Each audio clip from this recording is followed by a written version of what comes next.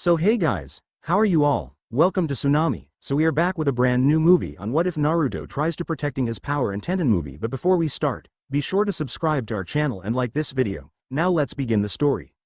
Team 7 had just returned from their mission in the Land of Wave. They walked through the gates and all relaxed visibly. Even the stiff Sasuke looked to be more laid back, while Sakura dropped to her butt and gave a hefty sigh. Kakashi closed his book and tucked it back into his pouch with a smile behind his mask. Their Junin in his ninja attire turned his one eye to Naruto. Out of the three, he expected Naruto to shout, run around, and scream at the top of his lungs, but instead, the boy looked to be in deep thought, almost drowning in them. Perhaps his mind was still in wave while his body just moved along. What's wrong, Naruto? You've been silent the entire trip back. That wasn't like the bright blonde. From his bright hair and blue eyes to neon orange jumpsuit, he wanted to be seen and heard.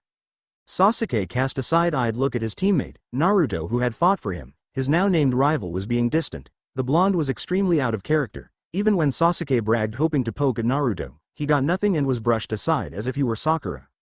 Sakura also looked at Naruto from the ground with a raised brow. He seemed to be thinking very hard about something. Yay.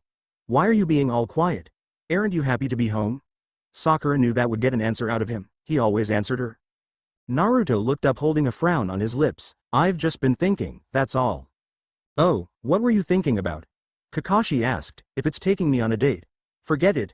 Sakura waved her fist at Naruto from the ground. The threat was clear and the intent shone in her eyes. I was thinking how unprepared I was for this mission and really everything, ya know. Naruto's voice was uncharacteristically soft and light. I thought I knew everything, that I was ready for the shinobi life, that I was strong, that I had moved on from being weak and helpless. Naruto, this was your first mission and things didn't go how they should have. It happens. It's something you are going to have to learn. I've been on too many missions to count where that was the case. Kakashi lectured, getting closer to Naruto and placing a hand of comfort on his shoulder. Naruto slightly shook his head. No sensei, I was a danger to you all. I caused more trouble than I should have. If I had just thought things through, maybe that mission could have gone better. That's one way to look at it. No matter how perfect you are, you can always find a way to improve and become better. Kakashi really felt nostalgic right now. It was these same words his sensei had told to him years ago, when he was throwing a fit at the slightest obstacle and berating anyone and anything that served to annoy him. Zabuza was right. I've been taking this too lightly. I didn't really know what being a ninja meant, but I finally understand. To be a shinobi is to endure and overcome. Naruto took off his headband and gazed at the face looking back at him. He then felt the gaze of someone on him and looked to the monument to see the fourth Hokage's stone face. It looked as if it was smiling at him.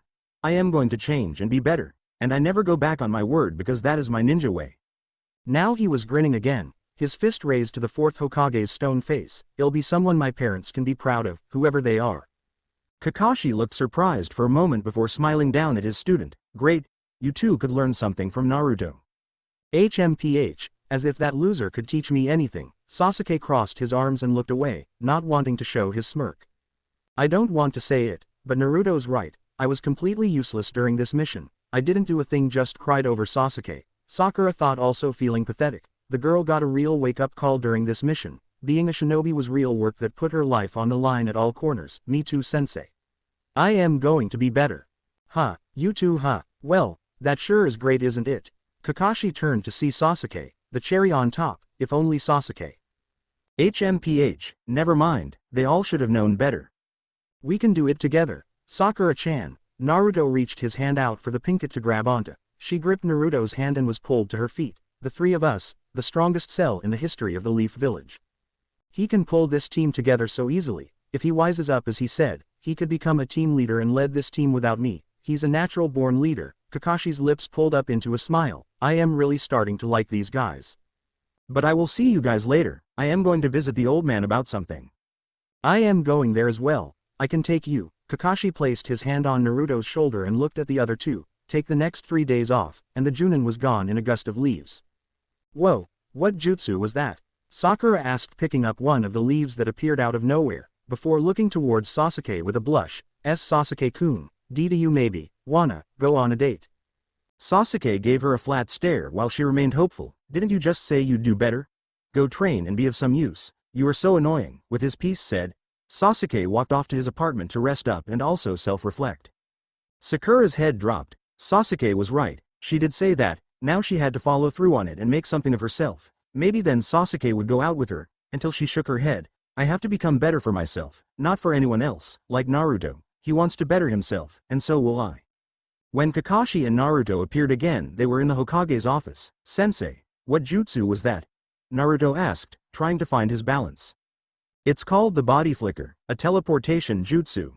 When can I learn it? Instead of shouting or demanding, Naruto just asked with a curious gaze. It was clear to Kakashi that the boy was really trying to hold back his shouts. Whenever you learn to control that abnormal chakra of yours. Is that something I should work on? It is. You spend a lot of chakra just using your shadow clone jutsu. If you correctly manage the amount of chakra used on your shadow clones, you could save even more reserves of your unlimited chakra reserves. And then you could use that chakra for even more powerful jutsu. Chakra control is a fundamental skill in the understanding of chakra. Without that, you would just be pouring gallons of water into cups of water. It was Hiruzen who spoke this time. He had just listened to the student and teacher go back and forth until he could intervene at the right time. Oh, so if I control more of my chakra, I can use the rest for even stronger jutsu. Naruto had finally come to an understanding of the situation. He was off to a good start. Already he was making improvements. So what brings you here? Are you going to show Naruto how you do mission reports? Hiruzen asked, stamping his signature onto a piece of paper on his desk. No, I am here to give my report though. Naruto has his own reason. Kakashi moved to the desk and pulled a scroll from his vest pocket. He set it on the desk and moved back to Naruto. I am here to ask you about the shadow clone jutsu. And what about it? Since you are an old man, you must know a lot about jutsu. Hiruzen's brow twitched, but he let Naruto keep going. And I was wondering if there is anything else I might have missed when I took the scroll not too long ago. Yes, due to my vast knowledge and fountain of jutsu knowledge, I know a little about the shadow clone jutsu. That was an understatement. He knew all there was to know about the jutsu since his sensei, the second Hokage, was the one to create the shadow clone jutsu. You said you had mastered the jutsu Naruto. Was that a lie? Kakashi obviously teased Naruto. The boy flushed and poked his fingers together. What? I don't remember saying that. You've got me mistaken for someone else. Anyways, there is a key fact you missed when learning the jutsu, the most important jutsu. Hiruzen took a hit from his pipe and blew out small white clouds. The shadow clone jutsu can recall the memories of each clone, so, you can theoretically gain the experience of each clone along with everything it has discovered. Hiruzen saw no harm in Naruto learning the true secret to the jutsu. He already had a very good understanding of the jutsu anyways. This would not only make Naruto more powerful, but it would also bolster the strength of the village for their Jinchuriki to master the jutsu, and if he was being honest, Hiruzen owed Naruto this. That means I could gain double the training if I used another clone to help me with training. I could get years of training done in only a couple of days if I summoned thousands of clones. Despite how hard he tried, Naruto couldn't help but yell out his excitement. Man, I am gonna train even harder now. Here, take this. Kakashi dropped a bag of coins in Naruto's hand. This is your payment for completing this A-rank mission. Go and buy some new clothes to signify a change. Those are about to fall apart anyway. What? A rank? Your team had a C rank, Hiruzen said. You'll see in the report. It was something, to say the least.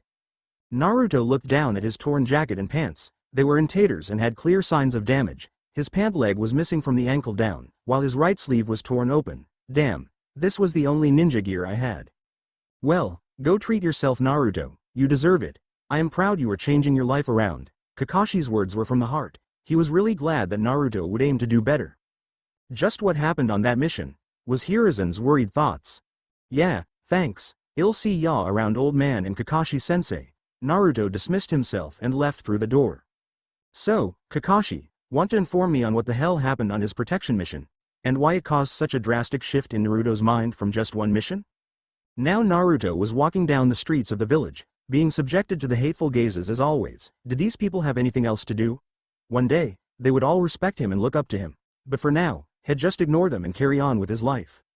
But what store would he go to? There were a lot of options, but most stores just kicked him out or charged him more than usual for the food. Those stores were civilian shops, so hopefully, a ninja shop would be better. There was a rather large store to his left with a giant kunai as his logo. Taking a chance, Naruto opened the door and sounded a bell. Hello. Welcome in. A cheery voice greeted him from a counter. Naruto looked to see a brunette girl about 1 year older than him. She gave a welcoming smile as she stared through soft brown eyes. Her hair was tied up in 2 twin buns that looked like that of a panda or mouse ears. She was also oddly familiar to him, as if he'd known this person his whole life. Her outfit was rather cute if he was honest. A navy blue kippao-styled sleeveless shirt with red trimmings on the edge. Her pants were black bottoms rolled up past her ankles with a ninja pouch on her left thigh. She's a ninja, Naruto noted by the blue forehead protected tied around her head, so there was a chance she'd let him stay. Is there anything I can help you with? She was polite, off to a good start. I am looking for shinobi attire, this is my first time here, so could you show me around? Naruto was also being polite, trying to place a lid on his loudmouth personality. Follow me this way. Our clothes are in the back corner of the store. She quickly came from around the corner to show she had blue shinobi sandals. Oh okay. Naruto followed the girl to the back store as she asked him a question. Is this your first time here? Yay, I've never really shopped for equipment before. Really? Then how did you get a hold of your equipment? I just used what was provided by the academy, and you're still alive. You must be lucky. Huh. Or it's just that I am a super ninja with unmatched skill. Welp. That lid exploded, it would take some time for him to settle down and become more of a thoughtful individual after all.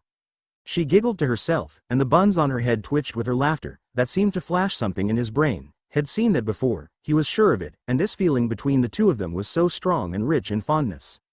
Your buns twitch when you laugh, that's adorable, you're like a little mouse, he said half-heartedly while stifling his own laugh. To this, the girl froze in her tracks, she turned around and looked at him with wide eyes. Say that again. I said your buns twitch when you laugh. She stared at him for seconds on end, she looked to be searching for something in his eyes. It was making him a little uncomfortable as girls didn't look at him for this long, especially the cute ones. So what was she looking for? Your name, what is it? Naruto Uzumaki, if possible. Her eyes got even wider and she stumbled backward as her knees started to shake. It's you. I've been looking for you. Her eyes watered and she engulfed Naruto in a tight hug, resting her head against his neck. Where did you go, Naruto? There was something about the way she said that and how she hugged him. It was starting to come back to him as he took in her features, brown hair, oak-colored eyes, and she had a birthmark on the back of her neck. It was her, that girl from long ago. His first friend. Back when Naruto still lived in an orphanage with the other kids, when he used to get picked on and always ended up in fights with the other kids, he was known as a problem child that would never get adopted by anyone and would forever be alone, never to be loved or cared for. What a loser. You think you could ever become Hokage? Of course I can. I'll prove it to you. I'll show you all how great I am. Naruto shouted to the three kids in front of him. Yay, right. He was punched in the face by one of the kids. Which Naruto growled and turned around to slam a fist in the kid's in the face with a punch that laid him flat on his back. He wasted no time and went for the other two but was quickly overpowered by the older boys and brought to the ground, where they proceeded to kick him repeatedly over and over. Little punk, as if the village would ever accept a monster like you. A girl came around the corner, she gasped in shock. What are you doing? What does it look like? Putting this loser in his place. Her face twisted into anger and she rushed forwards and dealt with the boys quickly. Just a couple of well-placed punches and they were crying for the caretaker. HMPH, jerks. She looked toward the blonde boy getting back to his feet and whipping his nose of the blood. I had that under control, Naruto huffed. Yeah sure buddy, you may have hit that one guy but that's it. You have no combat skill whatsoever. I didn't need a girl to save me. Is there a problem with me being a girl? Huh? She raised her fist while her eyes blazed with fury. No, I was just joking, not funny. She crossed her arms. You're welcome by the way. Thanks, I guess, he said looking at her. Her eyes became more gentle. I heard what they were saying. Do you think they are right? Want to laugh at my dream? Naruto didn't even sound like he cared too much. He became numb to the laughter at this point. Of course not. I think it's good that you want to become Hokage. It's better than what most of us want to become anyway. Tenten, unlike most kids, admired that he had high goals. She also had high goals. I also have high goals. I wish to become the strongest kunoichi and become a master of all weapons, and cleave mountains in two with just a swipe of my blade. What's a mountain? A giant rock with a pointy tip. She gave an intelligent answer to the intelligent question. But anyways, don't let those cowards get inside your head. They're just mad you have something you want to be, while they don't. They're the real losers. Naruto felt touched by her words, as they resonated with him, had cherished each and every word she said to him, for life, had always remember those words. Say, want to be friends? Why not, Tenten said, smiling. Hokage-sama, she gained a grin as she teased him. Very funny, little mouse, and since that day, Tenten and Naruto couldn't be seen without each other. They were joined at the hip, they trained, played, pranked, ate, and sometimes slept with each other. During this time, Naruto was happy, truly happy. He gained a precious person in his life. But it was taken when she had been adopted. It was a sad day for Naruto. No matter how much she said they would hang out or meet up, it didn't cheer him up. It was a teary goodbye for both of them. It was that day, which sparked a downfall in Naruto's personality. he started getting physical with the kids, leaving them injured and sometimes sending them to the hospital on very bad days. It was then that Hiruzen got him his own place to stay. Naruto and Tenten looked for each other, up and down. They never realized how big the village truly was until that moment, so Naruto started pulling pranks in order to draw Tenten out and maybe grab her attention. But it was all for nothing, as the two never ran into each other. Ten-chan. Naruto hugged the girl back as he satiated her shoulder with his tears, while his own jacket became damp from Tenten's tears. Where have you been? I looked all over the place for you. I should be saying that to you. I always went back to that piss of an orphanage to try and find you. I pulled pranks around the village for you, to see if you would notice me. Naruto frowned as that plan didn't work at all. You weren't going to find me there, since I moved out of that place. I have my own apartment now, he said. Tenten separated from the hug and smiled. You have your own place? At 16? You'll have to come over sometime. She smiled and hugged him again. You'll invite me, won't you? Yes. You can come over anytime you want. What's mine is yours. Into his shoulder, Tenten smiled, just like back then. Of course, Naruto gave a grin. I've missed his smile so much, he's gotten so handsome. She broke the hug again and coughed into her hand. So, you are here for clothes, right? Whiskers. Haha, very funny, it is. That's why I am laughing. She continued to giggle at his old nickname. Her laugh, it still makes me smile. I've missed the sound of it. Naruto gained a fond smile as his eyes radiated warmth at the sight of Tenten's laughter. She's even prettier than before. Okay. For real this time, you want some clothes, right? Tenten walked pulling Naruto along. As his eyes drifted to Tenten's rear end, she had grown indeed, and he was loving it. He's still a healthy guy after all. It seems you like sportswear, not really shinobi-like, but it's your style. Tenten sized Naruto up with her fingers poking out her tongue as she did so. Yup. You have no fashion sense. Hey, it's not that bad. Naruto defended himself with all the dignity he had. Whatever, Naruto-kun. You'll just never look as cool as me. She cocked a hand on her hip while smirking hotly at Naruto. Meh, Naruto shot her down. She glared and gave a pout. See if I give you any discounts today. Hey, I was just pulling your leg. No need to be rash. That's what I thought. So, about getting me some clothes, Naruto picked up where they left off. Yay, let me look and see what can fit you. What size are you? XL. How about all black? Is there orange in it? So Tenten flipped through the shelves, placing Naruto in all kinds of outfits and making him wear what she thought would look best, from full jumpers to black robes, and full sets of armor. Look at this one. I like it. Naruto picked up the top and bottoms and ran into the fitting room before Tenten could see. He quickly unzipped his orange jacket and took off the mesh armor underneath, and all but jumped from his pants. When the door curtain opened again, it showed Naruto wearing a black collared jacket. It had orange vertical stripes on the upper arms and wrist while it was open, revealing a plain black shirt underneath. It was more of a chill look compared to his hyper and all-up-in-your-face jacket. Slick black pants that stopped just above his ankles and black high-top shinobi sandals. Naruto had his hands in his pocket and a relaxed smile on his face. So, whatcha think? Was he always this hot? Tenten flushed and stuttered a response. Why, you look good. Before she coughed and got back under control. This was crazy. And she needed to regain control. It looks much better. You look more like a shinobi now. Naruto gave a smile. Thanks. I am glad the fashion queen thinks so much of my outfit. Flattery will get you nowhere. Just like it never got you any of my snacks. Tenten reminded the boy who often tried to butter her up, in hopes of getting an extra cookie. Ah, that's no fun, Ten-chan. Naruto grabbed his old clothes and tossed them in a white bag. So what else do I need? You need some protection underneath this. That mesh armor is a lifesaver but not really up to snuff and isn't as reliable as the better stuff. Tenten tapped Naruto in the gut a few times. She noticed there was a lack of muscle and more of a slim frame. Say, Naruto, you're actually pretty small now that I look at you. For a 16-year-old teen, you should be taller and bigger. Have you been eating right? Ramen and spoiled milk. He gave a smile. No wonder, you're not going to grow if that's all you eat. Tenten berated her best friend with narrowed eyes. You need a well-balanced diet. I recommend you bulk up. Lots of protein. Ah. You sound like Kakashi-sensei. And what the hell is protein? Naruto rolled his eyes and sighed. Kakashi is your sensei. And how do you not know what protein is? She yelled in angered shock. Yes, Kakashi is my sensei. Who is yours? Might guy, Tenten shuddered, hearing a faint sound of youth from outside. But protein is a large group of molecules that support cell structure, hormone synthesis, and muscle growth. Naruto just blinked and stared like a lost child. Keep going. I don't understand a thing you're saying. Tenten gave an aggravated sigh. Lots of protein makes you healthy and big. She slowed it down like she was speaking with a small child, understand? I am not an idiot, jerk, Naruto scowled, but didn't mean hostile feelings towards her. I know, just a little slow, she said innocently. Naruto opened his mouth to argue but relented at the end, yeah, just a little. Now Tenten felt bad. No, I am sorry Naruto-kun, it's fine. I've always been a little slow to learn, but now I am working on it and trying to change. Change? Tenten missed a large part of his life, so she had no idea who Naruto was after the orphanage. Yeah, I just got back from my first C rank that turned into an A rank. It opened my eyes to what the world is truly like. I don't want to stay how I am now. I want to change and be better. At his statement, Tenten smiled proudly at the blonde. He has changed and is showing signs of maturity. It was good he saw his flaws and wanted to do something about them. That's good, I am proud. You should always want to do better. She was honest, and it bled through to her words. Thanks, Ten-chan.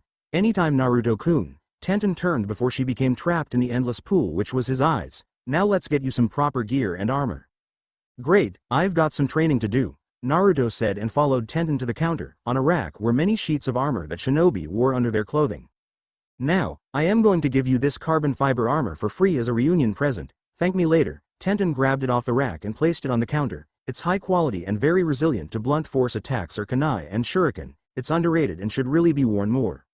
The armor was a slick black that looked more like another shirt than an actual piece of armor you'd imagine. Naruto picked up the lightweight material and gave it a couple of tosses, light like a feather, but won't you get in trouble for this later? Tenten waved him off. I count the cash later anyways, plus, this is a family business, my parents will understand once I tell them. If you say so, Naruto folded the flexible material up and placed it in his bag. Now here is your kunai kit, ninja wire, shuriken, ceiling tags, paper bombs, smoke bombs, and first aid kit. As Tenten kept talking, Naruto's jaw fell further and further. After the purchase, Naruto's money had grown legs, and jumped into the register. It would be a long time before he could fill up Gamma-chan again. Okay, Ten-chan, it was nice to finally see you after so long. We have to catch up sometime. Naruto stopped at the door as Tenten walked him out. Of course, we can train just like we used to, Tenten said with an eager smile on her delicate face. I am free tomorrow if you want to train. I can wow you with my skills, Naruto said with a confident smirk on his face. We're gonna have to spar since you keep bragging about how skilled you are, Tenten said with a testing smirk. Just don't be upset when I leave you in the dirt. Well see, when I win, you have to buy me ramen, Naruto offered his hand. Bet. And when I win, you've got to train with my sensei. Naruto didn't like the smile Tenten had. It gave off bad vibes and he would most likely regret it. See ya around, Ten-chan. Naruto hugged her tight and gained a content smile on his face as he felt her softer arms close around his back. Okay. Come and pick me up tomorrow. She left his hug smiling softly. She watched him leave with a slightly frightful feeling. What if she didn't see him again? The last time she saw Naruto he was a small boy, only 5 years old. Now he was 16 and a ninja for the village. She'd have to ask for his apartment so if need be, she could just come and see him whenever she wanted. Yup. I'll do that. I'll make sure not to lose him again. Lose who again? Nothing. I was just thinking out loud. Her dad said coming from the forge. He was tall and lean with scars along his arms. He was a gruff-looking man with short brown hair and calm red eyes. His apron was covered with burn marks and black dust. Tenten's father, Intoshi Higurashi, was a retired shinobi who fell in love with crafting weapons. Say, do you know what mom's making for dinner? He asked his adopted daughter. I think she said beef tacos. That's my favorite. He got a smile and his taste buds watered.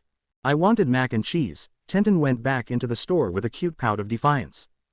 Due to raising the girl, Intoshi had grown immune to the look. Nope, don't even. He waved his finger at her. I don't want to see that look. He was a calm-headed individual with years of training that wouldn't allow him to fall victim to his daughter's look. Dang it. It would have worked on mom. Intoshi slightly chuckled. He then noticed that one of the carbon fiber armor sets was missing. So did you finally sell one? Not sell, I gave it away, Tenten frightfully said and recoiled under her father's stare. Why would you do that? It better be a good reason. He crossed his arms and looked sternly at Tenten. I gave it to Naruto-kun. The boy from the orphanage I told you and mom about. Remember, I told you I was looking for him all the time. Intoshi knew who she was talking about. Naruto. I saw him prank the Hokage about 2 weeks ago. He painted the Hokage monument. What? No distractions, so you gave this high-quality armor away to your little boyfriend? Dad, stop. It wasn't like that. She and Naruto were just really close friends. Okay. Since you really care about him, I'll let it slide this time. I know how much he means to you. Itachi wished to meet the kid. He didn't know too much about him other than he was the holder of the 9 tails. Villagers always talked badly about the boy, but Itachi had an understanding of sealing, so he knew Naruto was just holding the beast inside of him. Plus, Naruto seemed to have a deep bond with his daughter, so he automatically had to meet the boy for that reason alone. Thanks, Dad, I won't do it again. Naruto wanted to get some training in, but he ended up staying with Tenten for longer than intended, but it was okay. Worth it in his opinion. He'd just get some training the next day. Naruto lay in bed looking up at the ceiling. I am going to do better, be better, grow strong to protect those precious to me. Naruto held his fist up and clenched it with resolve in his eyes. For Sasuke, Sakura, Kakashi, and Tenten, to gain strength to protect you all. Naruto wasn't doing all of this for their sake, but a large part of it was, he was taking Haku's words to heart. However, you can't protect anyone without power, so that is what he needed above all. Power. Naruto was out in the training ground bright and early. The big yellow sun had just risen into the sky, painting the world blue and vast. He was dressed in his new outfit and he had to say, the outfit was growing on him. He had already warmed up and was now thinking about what he would do next. Kakashi-sensei says I should work on my chakra control, so I will start with that, and there was the problem. Then Naruto remembered they used to stick leaves on their foreheads and spin them in their palms. So, he went to one of the many trees and sent chakra to the soles of his feet to walk along it. He grabbed a handful of leaves and jumped back to the ground, taking off his headband. Naruto stuck one of the leaves on his forehead and channeled chakra to the center of his brow. As soon as the leaf touched his forehead, it was blasted off and destroyed into tiny little specks of green that floated in the wind. Welp. This is going to be harder than I thought. Before he could continue his training again, Naruto remembered he told Tenten that they would train. I better get her before she complains my ears off. Naruto crossed his fingers and summoned one shadow clone. Go and get Ten-cha. Roger, boss. The clone grinned before running off to accomplish its task. In the Hokage's office, all the Junin senseis were gathered. Hiruzen looked as they all lined up and awaited for him to talk. Okay. You all know the Chunin exams were about to begin in a couple of days. They all nodded to his statement. Well, it's getting pushed back by 2 weeks. The Tsuchikage has decided he wants to join in on the action, along with the Raikage. Even for the well-trained Junin, they showed signs of shock. For 2 of the Leaf's main enemies to join was cause for shock and a little trepidation. Are we sure that's a good idea? You know what the Raikage attempted last time he sent one of his ninjas into the village. Kurenai spoke under restrained anger. She was the sensei of Hinata Hyuga, so she was obviously close to her student. I am well aware of that, but the Raikage has formally apologized and given his word that he won't attempt anything like that again. Hiruzen rescinded calmly to the scowling sensei. Now does that mean I trust him? No, he will be surveyed heavily and watched around the clock. They all felt better at getting reassured that the man would be watched like a hawk, but that didn't get rid of the other cage. And what about the Tsuchikage? Kakashi asked this time, for once not reading his book and looking focused. There isn't too much to worry about with him. He's just a grumpy old man who doesn't know when to give the hat up. Hiruzen slightly laughed while the Junin sweat dropped. That sounded a little like their cage. Now I know our nations were just at war not long ago, but time has passed and it's all been left in the past. He is well aware of what this means for our villages. This is a step towards peace. Hiruzen felt strongly about his words. Out of all the cage, he and Onoki had the most history with each other. Both had been around longer than needed and had seen the world bathed in blood. Now it was time to rinse off all that blood. Hiruzen would not hold his breath. Onoki was a stubborn mule, so he doubted they could just start talking about peace after one little visit, even if it was the Chunin exams. So you all have an extra 2 weeks to train your genin. I expect them to be up to standards and put on a show for the other nations. We'll be hosting 3 of the great nations, and make sure to be on your best behavior. This is going to be one hell of an exam. Asuma lit a cigarette only to be glared at by Kurenai, and he glared back. He was smoking this one to the bone. He'd make it up to her later anyways. That it will be my son. Hiruzen let a slight smile across his face. Now that is all. Enjoy the rest of your day. Tenten waited on the roof of her shop, dangling her feet as she did so. Like this, she could get a good view of Naruto before he could see her, but she had been waiting for at least 30 minutes now. It wasn't that big of a bother as she spun a kunai on every one of her fingers while whistling a tune. That is when she saw a tuft of spiky blonde hair moving along the street. He looked good in his new outfit. He looked good. Tenten could honestly say Naruto had grown very handsome. Round cheeks, deep hypnotizing pools of blue eyes, and that smile that lit up a room. She shook her head and got under control. Up here, Naruto-kun. Naruto looked up and used his hand to block the sun that shone in his eyes. Can you come down? I can't see you because of the sun. Tenten flipped off the roof and landed gracefully on her feet. Acrobatic. My team is composed of taijutsu specialists. so it's only natural that I myself pick up on their teachings, she explained, placing the kunai back in her pouch. So, where are we training? I am on the east side of the village, training ground Velvet. I've never been to that one. Is it nice? It's what you can expect from a training ground: trees, grass, lake, and a big open area. Nothing to write home about then? She laughed at the end. Nah, wouldn't even write about it. Naruto laughed with her as they walked to the field, until Tenten noticed what Naruto said. Why'd you say it like that? Like what? You said I am, like, this isn't you. She poked a finger in his cheek, making sure this was a real person next to her.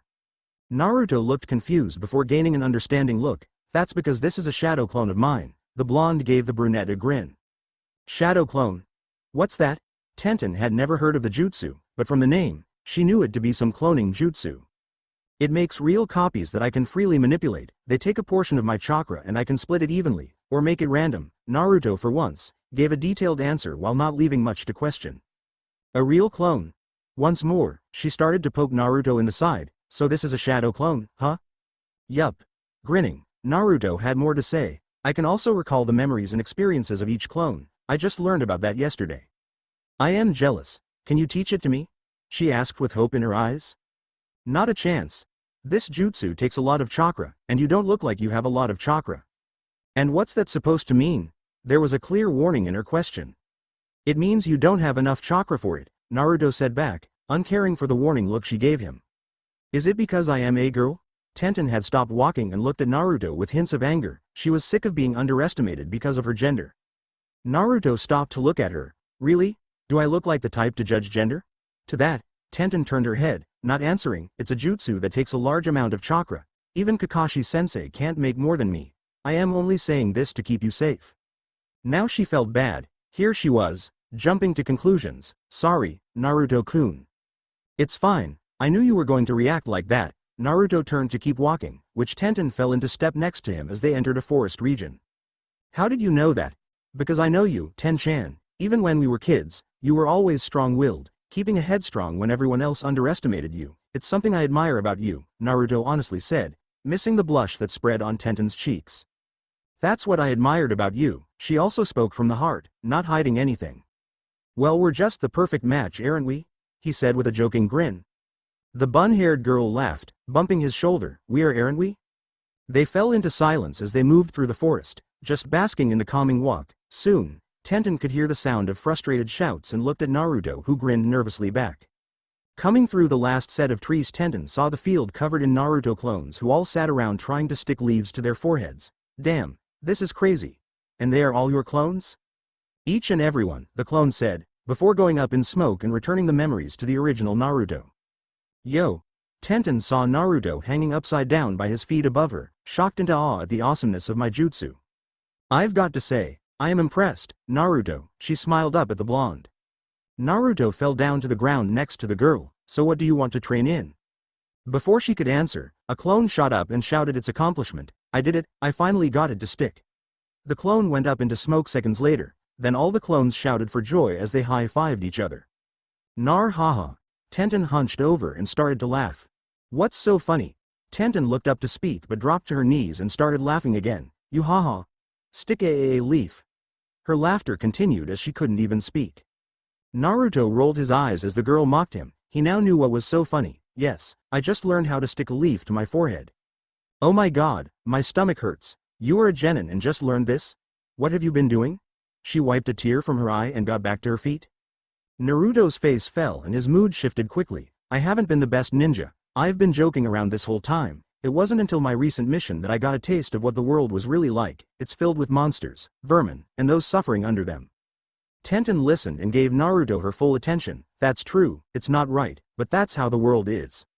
But it should NT have to be, Naruto quickly said, raising his voice a bit. A world where kids don't know their parents, families torn apart by ruthless people that only care about filling their pockets. It's sick. Naruto-kun. Tenten softly muttered his name. He turned his blue eyes at her, and she could see his pupil had become a slit for some reason. Just what happened on that mission? She wondered. It'll change it all. I won't allow a world like that to exist any longer. Me, Naruto Uzumaki.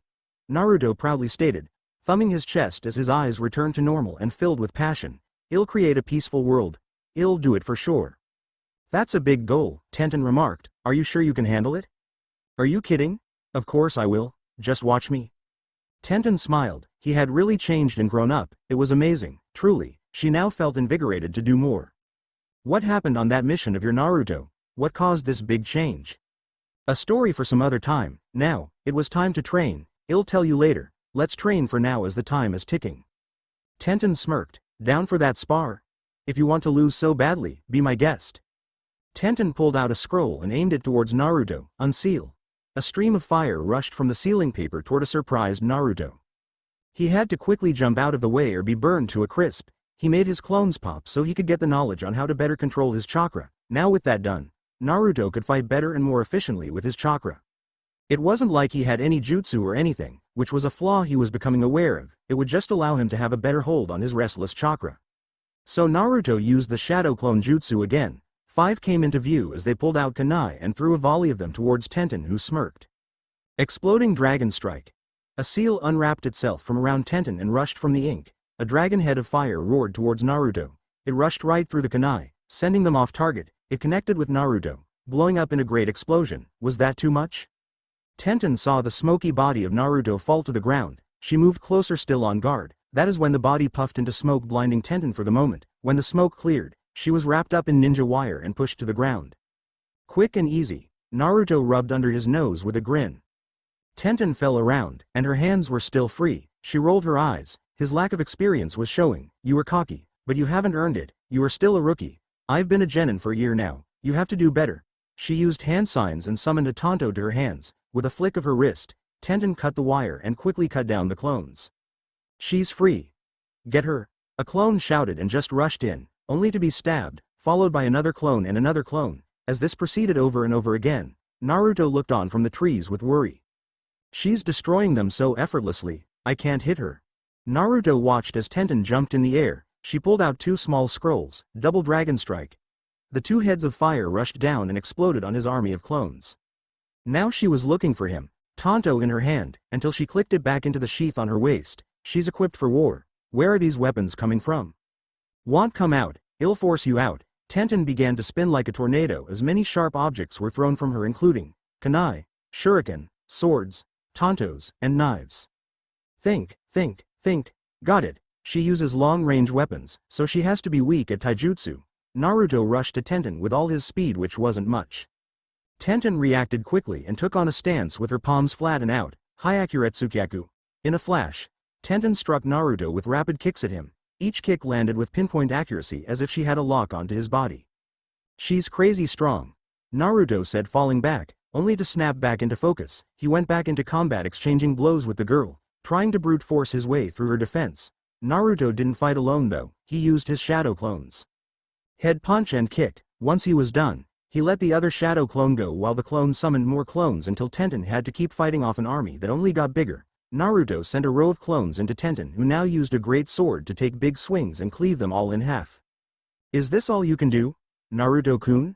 Tenten had to say. This was super annoying. Fighting nothing but clones and always seeing smoke made it hard to see. I've got some more.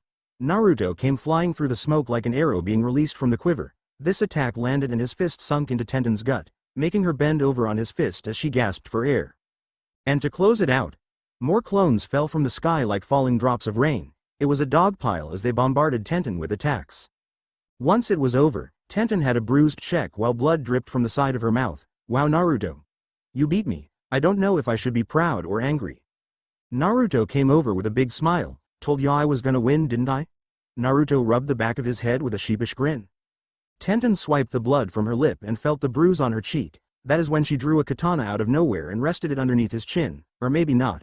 Tenten smirked, feeling cocky at her victory. No, you said I won. Naruto shouted his complaints. Like the books say, we are shinobi, we lie, cheat, and kill. A ninja must see through deception. Tenten placed the sword on her back in a standard scabbard. Remember that, Naruto-kun. Yay, I get it. Naruto pocketed his hands, though if we are being real, I beat you, so this is my victory. He gained a grin shortly after. If it helps you sleep at night, it just might. Naruto had a question for his friend, Ten-chan. What were those papers that released all those weapons and jutsu? Tenten moved her fingers, and threads of chakra extended to all her lost weapons. It's called sealing jutsu. It can do a wide variety of things, Often used to hold things for later use, like you saw, weapons or jutsu if you were really skilled like me. She sealed up all her weapons again and tucked them back into her pouch. To hold things, Naruto rested a hand on his stomach. Yeah, to hold things. Tenten looked at Naruto who was holding his stomach. Are you hungry or something? No, just thinking. You want me to teach you? Was it that obvious? It was all over your face. A giggle escaped her lips. Don't worry, it's fine. I don't mind, we're best friends after all. Naruto smiled warmly at Tenten. Yup, best of friends. Okay, let's get some more training in. The Chunin exams are coming up and I want to be ready for them. Naruto nodded to that. Whatever it is, he'll be ready for it. So the two trained for hours on end. Naruto used more of his clones to practice his chakra control. This time, he would stick to a tree and put a leaf on his forehead. He and Tenten would spar, and she lectured him on small details he should have known. How to throw a kunai properly even though he could nail his targets with ease. It was not good enough for the weapons expert though. Just for giggles, Tenten gave him a sword and she beat the crap out of him in kenjutsu, to the point, he didn't want to pick the sword up again. It was a real rage quit, causing Tenten to laugh. After that, she gave him a crash course in sealing which Naruto barely understood, but he was interested. For hours on end, they trained and trained, until one of Tenten's teammates came to get her. It was a Hyuga from the clear white eyes making him look blind.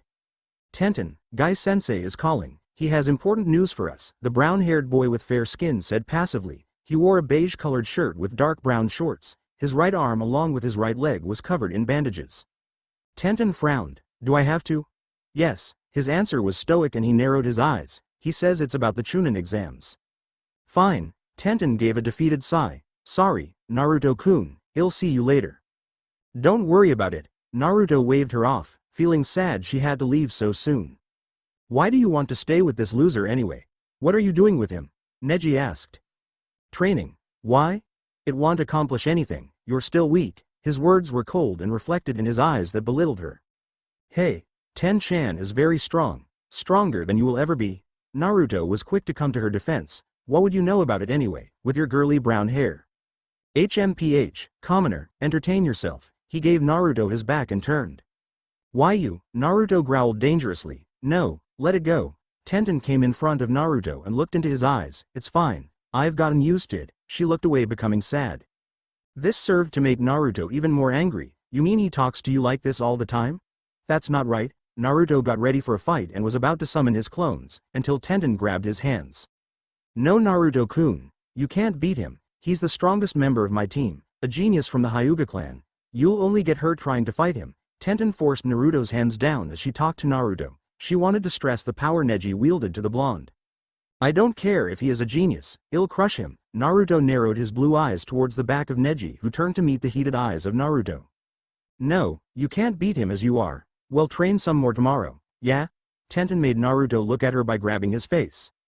Fine, but he better watch how he talks to you. Naruto finally relented and calmed down. He had to work on his temper and think before acting.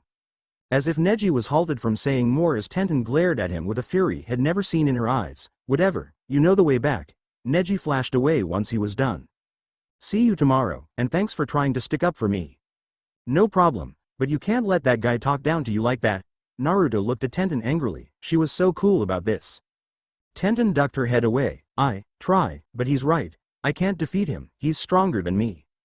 Then we will both get stronger. Naruto clutched her hand in his, to defeat both the genius on our teams. Tenten smiled. She was doing that a lot around Naruto. Deal. They separated and she waved before leaping into the trees. Team 7 had assembled for a meeting in their training ground. As always, Kakashi was running late, but instead of standing around, Naruto was training in his taijutsu against a clone. They weren't hitting each other, simply shadow boxing. What's he doing? He's not hitting anything. Sakura was confused and asked Sasuke next to her. Training, he's just getting down his footing. Sasuke grunted out an answer. Do you train like that, Sasuke-kun? No, and what's with the outfit change? Sakura observed the new look. I like it, oddly enough. Tell him, not me, Sasuke said, but the Uchiha could also see that Naruto looked to be in a bad mood about something. He wondered what could make Naruto of all people so angry. Yo! Their sensei flashed into view with a lazy wave. You're late. Normally, Naruto and Sakura would do a joint shout, but it was only Sakura as Naruto was still training.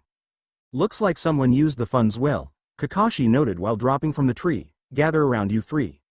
Naruto finally stopped training and walked over to his sensei. Sasuke and Sakura joined him as they waited for Kakashi to speak again. Do you want the good news or bad news first? Good news, sensei? Okay. I've signed you all up for the Chunin exams. Sakura beamed. You mean where we can get promoted to Chunin?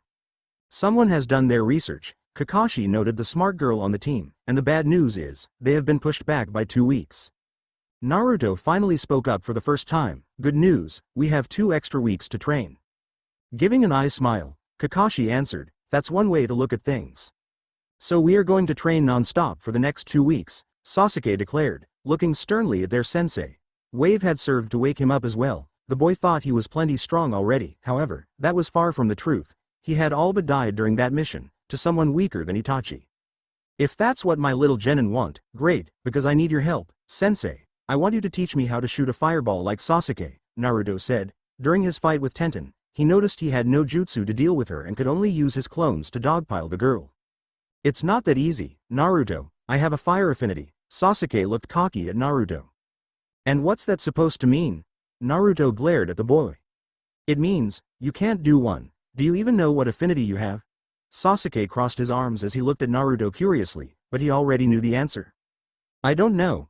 Naruto shouted with anger as his face turned red, hearing the mocking chuckle of Sasuke. Naruto then got in his face, I don't need it to beat you anyway. Yeah right, before they could get out of hand, Kakashi intervened. Naruto, Sasuke's words have a little bit of truth to them. You need to know what affinity you have before just attempting a jutsu. Kakashi then turned to lecture Sasuke, and you don't need to talk down on him like that. Why not answer his question? Because he's a loser. The Uchiha was bopped on the head. Knock it off, will you? You're a team. Help each other. Kakashi turned to Naruto. We will train for the next 2 weeks and get you all ready. These exams are going to be the biggest we've had in a while, and I want you all ready. And like that, Team 7 began training for the Chunin exams in 2 weeks. Walking down a long dark hallway with menacing steps was a tall man with long red hair that spiked down his back in smooth ease. They were covered in a dark black cloak with red fur on the collar. In his hand was a long single-tipped spear that had black seal marking running from top to bottom. Its golden body covered in black ink painted a lavish picture for it. He came upon a door and walked in without asking for permission. In the room, he saw a white-skinned man standing over a dead body as he played with their insides. So, you answered my calls? I am glad. They turned and looked at him through strands of black hair. So you want to team up? The man looked at the person in front of him. His dangerous red eyes portrayed hints of disgust. Whether it was for himself or the man who was now going to work with was undecided. I am doing this, because it will be better for me. You will take all the backlash while I remain unknown. His voice carried superiority and confidence. This person was strong, so strong that Orochimaru was on guard the whole time. Using me? For shame, Orochimaru hissed. But you are not as hidden as you might think. I managed to get a hold of you after all. Orochimaru gained a smirk and his golden eyes shone with mirth. You are no normal shinobi. A freak is what you are. The spear in the red-haired mon's hand touched the ground and a sealing formula quickly spread around the room too fast to react. It began to glow bright, showing the sound 4. Orochimaru's personal guard in each corner already transformed into stage 2 of their curse mark. They were frozen in place, along with Orochimaru. Their chakra also got drained into the seal and flowed into the spear, leaving the mon's guards in their normal appearance. The vile and evil chakra then entered the mon's body, causing his veins to glow slightly as his eyes took on a more fiery red. A multi-purpose seal, that's rare. It froze us, lit up the room, and took our chakra, and he made it with just his spear alone. Orochimaru gained a nervous grin at the mon's display of power and skill. He would be a great ally or terrible enemy. I crafted these seals for your little plan. Make sure that old man loses everything. He tossed some sealing tags on the table, while the area lost its light again. Just like I have, the person was gone in a shudder of movement, leaving no trace of his presence. That Uzumaki, he is more trouble than I thought. Orochimaru stopped his racing heart and took a breath. He'll have to think of a way to stop him, somehow. Come on you two. Pick up the pace. A big and loud huff was what Kakashi received for his response. He also received a more quiet pant as well. Kakashi took a sip of ice-cold water from his cup, gulping loudly to irritate his 2 students. Man, does this taste good. Kakashi blew out a cold breath. Sensei, PLE, say, gimme. Sure. Kakashi splashed the girl in the face with water. Last place doesn't get water, only a pat on the back. So, Kakashi patted the girl on the back as he jogged to catch up to Sasuke. Behind him, Sakura collapsed onto her stomach, completely drained of energy. Sasuke-kun, would you like some water? Kakashi shook a bottle in his face. Sasuke had hoped for this, so he used his energy to quickly reach out for the bottle, only for it to disappear from his view. 10 more miles, and I'll give you some water. Kakashi almost laughed as he saw Sasuke's head drop. Don't live off simple hope, hoping maybe this time it might work, hoping that this jutsu might work, hoping this time it'll be good enough. That's not how the world works, you know that. Kakashi sternly lectured the Uchiha, keeping pace with him the whole time. You need to take advantage of what you have and how you can apply it to work in your favor. Look at Naruto, you'll learn something from him. And with his piece said, Kakashi took off to catch up to the speeding blonde ahead of everyone. It actually took a while. Team 7 was taking laps around the Leaf Village for some good OL conditioning. Their goal was to run 20 miles and then add a little extra just because. Stamina was something his other two students lacked, so running until your legs felt like jelly was a good way to improve. It's been 2 weeks, and their team has been training non-stop like maniacs. In 2 days, the Chunin exams will begin, and they had a lot of work to do. Kakashi made sure he was always around to train them. Sakura now ate chicken every night, even if he had to force it down. More like each member of the team went on this diet as they were all pretty small, except for Sasuke, which was a surprise. The boy was naturally lean, which paid off for his good looks, but in a fight, it might serve to be a disadvantage when chakra is not available. Case in point, when Naruto was testing the durability of Sasuke's chin with his fist. I wonder how Naruto is. I haven't seen him in a while. Naruto Uzumaki, the knucklehead of their team, the blonde had really changed. He showed rapid growth in every category of being a shinobi. Naruto could now hold semi-intellectual conversations with Sakura without spacing out, and actually think before acting in his fights with Sasuke. The blonde hadn't had a complete flip in personality, but there was a huge difference between Naruto from when he first started, to him now.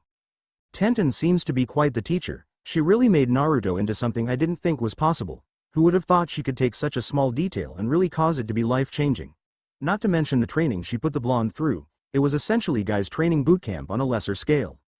Naruto for some reason took to the training like a bird to the sky. A simple jump and his progress began to soar. He was making guys training look like a cup of ramen. Which led Kakashi to what he was seeing now. Kakashi saw a small sweaty figure running at a quick pace, making it look easy. When did he take his shirt off? Looking at Naruto's raw back was not something he was expecting to see. In just 2 weeks, Naruto had started shaping up and gaining defined muscle in the right places. His shoulders spread out further and his back more detailed. On Naruto's shoulder was a big log, not a small one either, one that could make your knees buckle under the weight, but not Naruto. He was carrying that boat as if it was a feather. They don't know me, son. They don't know me, son? Who's he talking to? Could it be the fox? Catching up to the blonde, Kakashi eyes smiled. Naruto. Where did you get this log from? That's a lot of weight, it might be too much. Naruto turned and looked affronted towards Kakashi. This weight means nothing, if anything, it's too light. And as for your question, Naruto turned and gained a determined expression while looking forward. I was born with it. This weight, that is. Perhaps, this was not a simple log, maybe it meant more than just that, but it was clear Naruto wasn't talking about the log anymore. The weight referred to the responsibility of the 9 tails, the hatred of the villagers and the world. Hoping for some water? I don't live off that hope shit. I ain't thirsty anyways. Naruto brushed his sensei off again and kept running, yelling, they don't know me, son. The whole way in the middle of the village. Kakashi chuckled to himself, what a shinobi he's becoming. I've got to carry this weight, who else but me? I am the only one who can, I can do it, I've been doing it. Naruto's positive thoughts served to fuel him even more, as he didn't quit and simply kept moving forward. The power is all mine. As he ran, memories of when kids picked on him for training, they mocked his efforts and called him a failure, loser, and a nobody who would ever amount to anything. Nobody wanted to see him become strong or achieve his dream. Except for one girl. She had always cheered him on, edging him to keep going, carrying him when he couldn't move himself. Tenten had always seen it fit to push him, or hype him up when everyone else wanted him to kneel, so for her and himself, had proved them all wrong. Even now, he could hear the whispers of the villagers. There he is again, that boy is such a nuisance, he's out here screaming again. I wish he'd just disappear, he's a demon, so it was for that reason, he was screaming his chant. None of these weak-minded fools knew who Naruto Uzumaki was. Seeing their anger, he smiled and kept running towards his dream.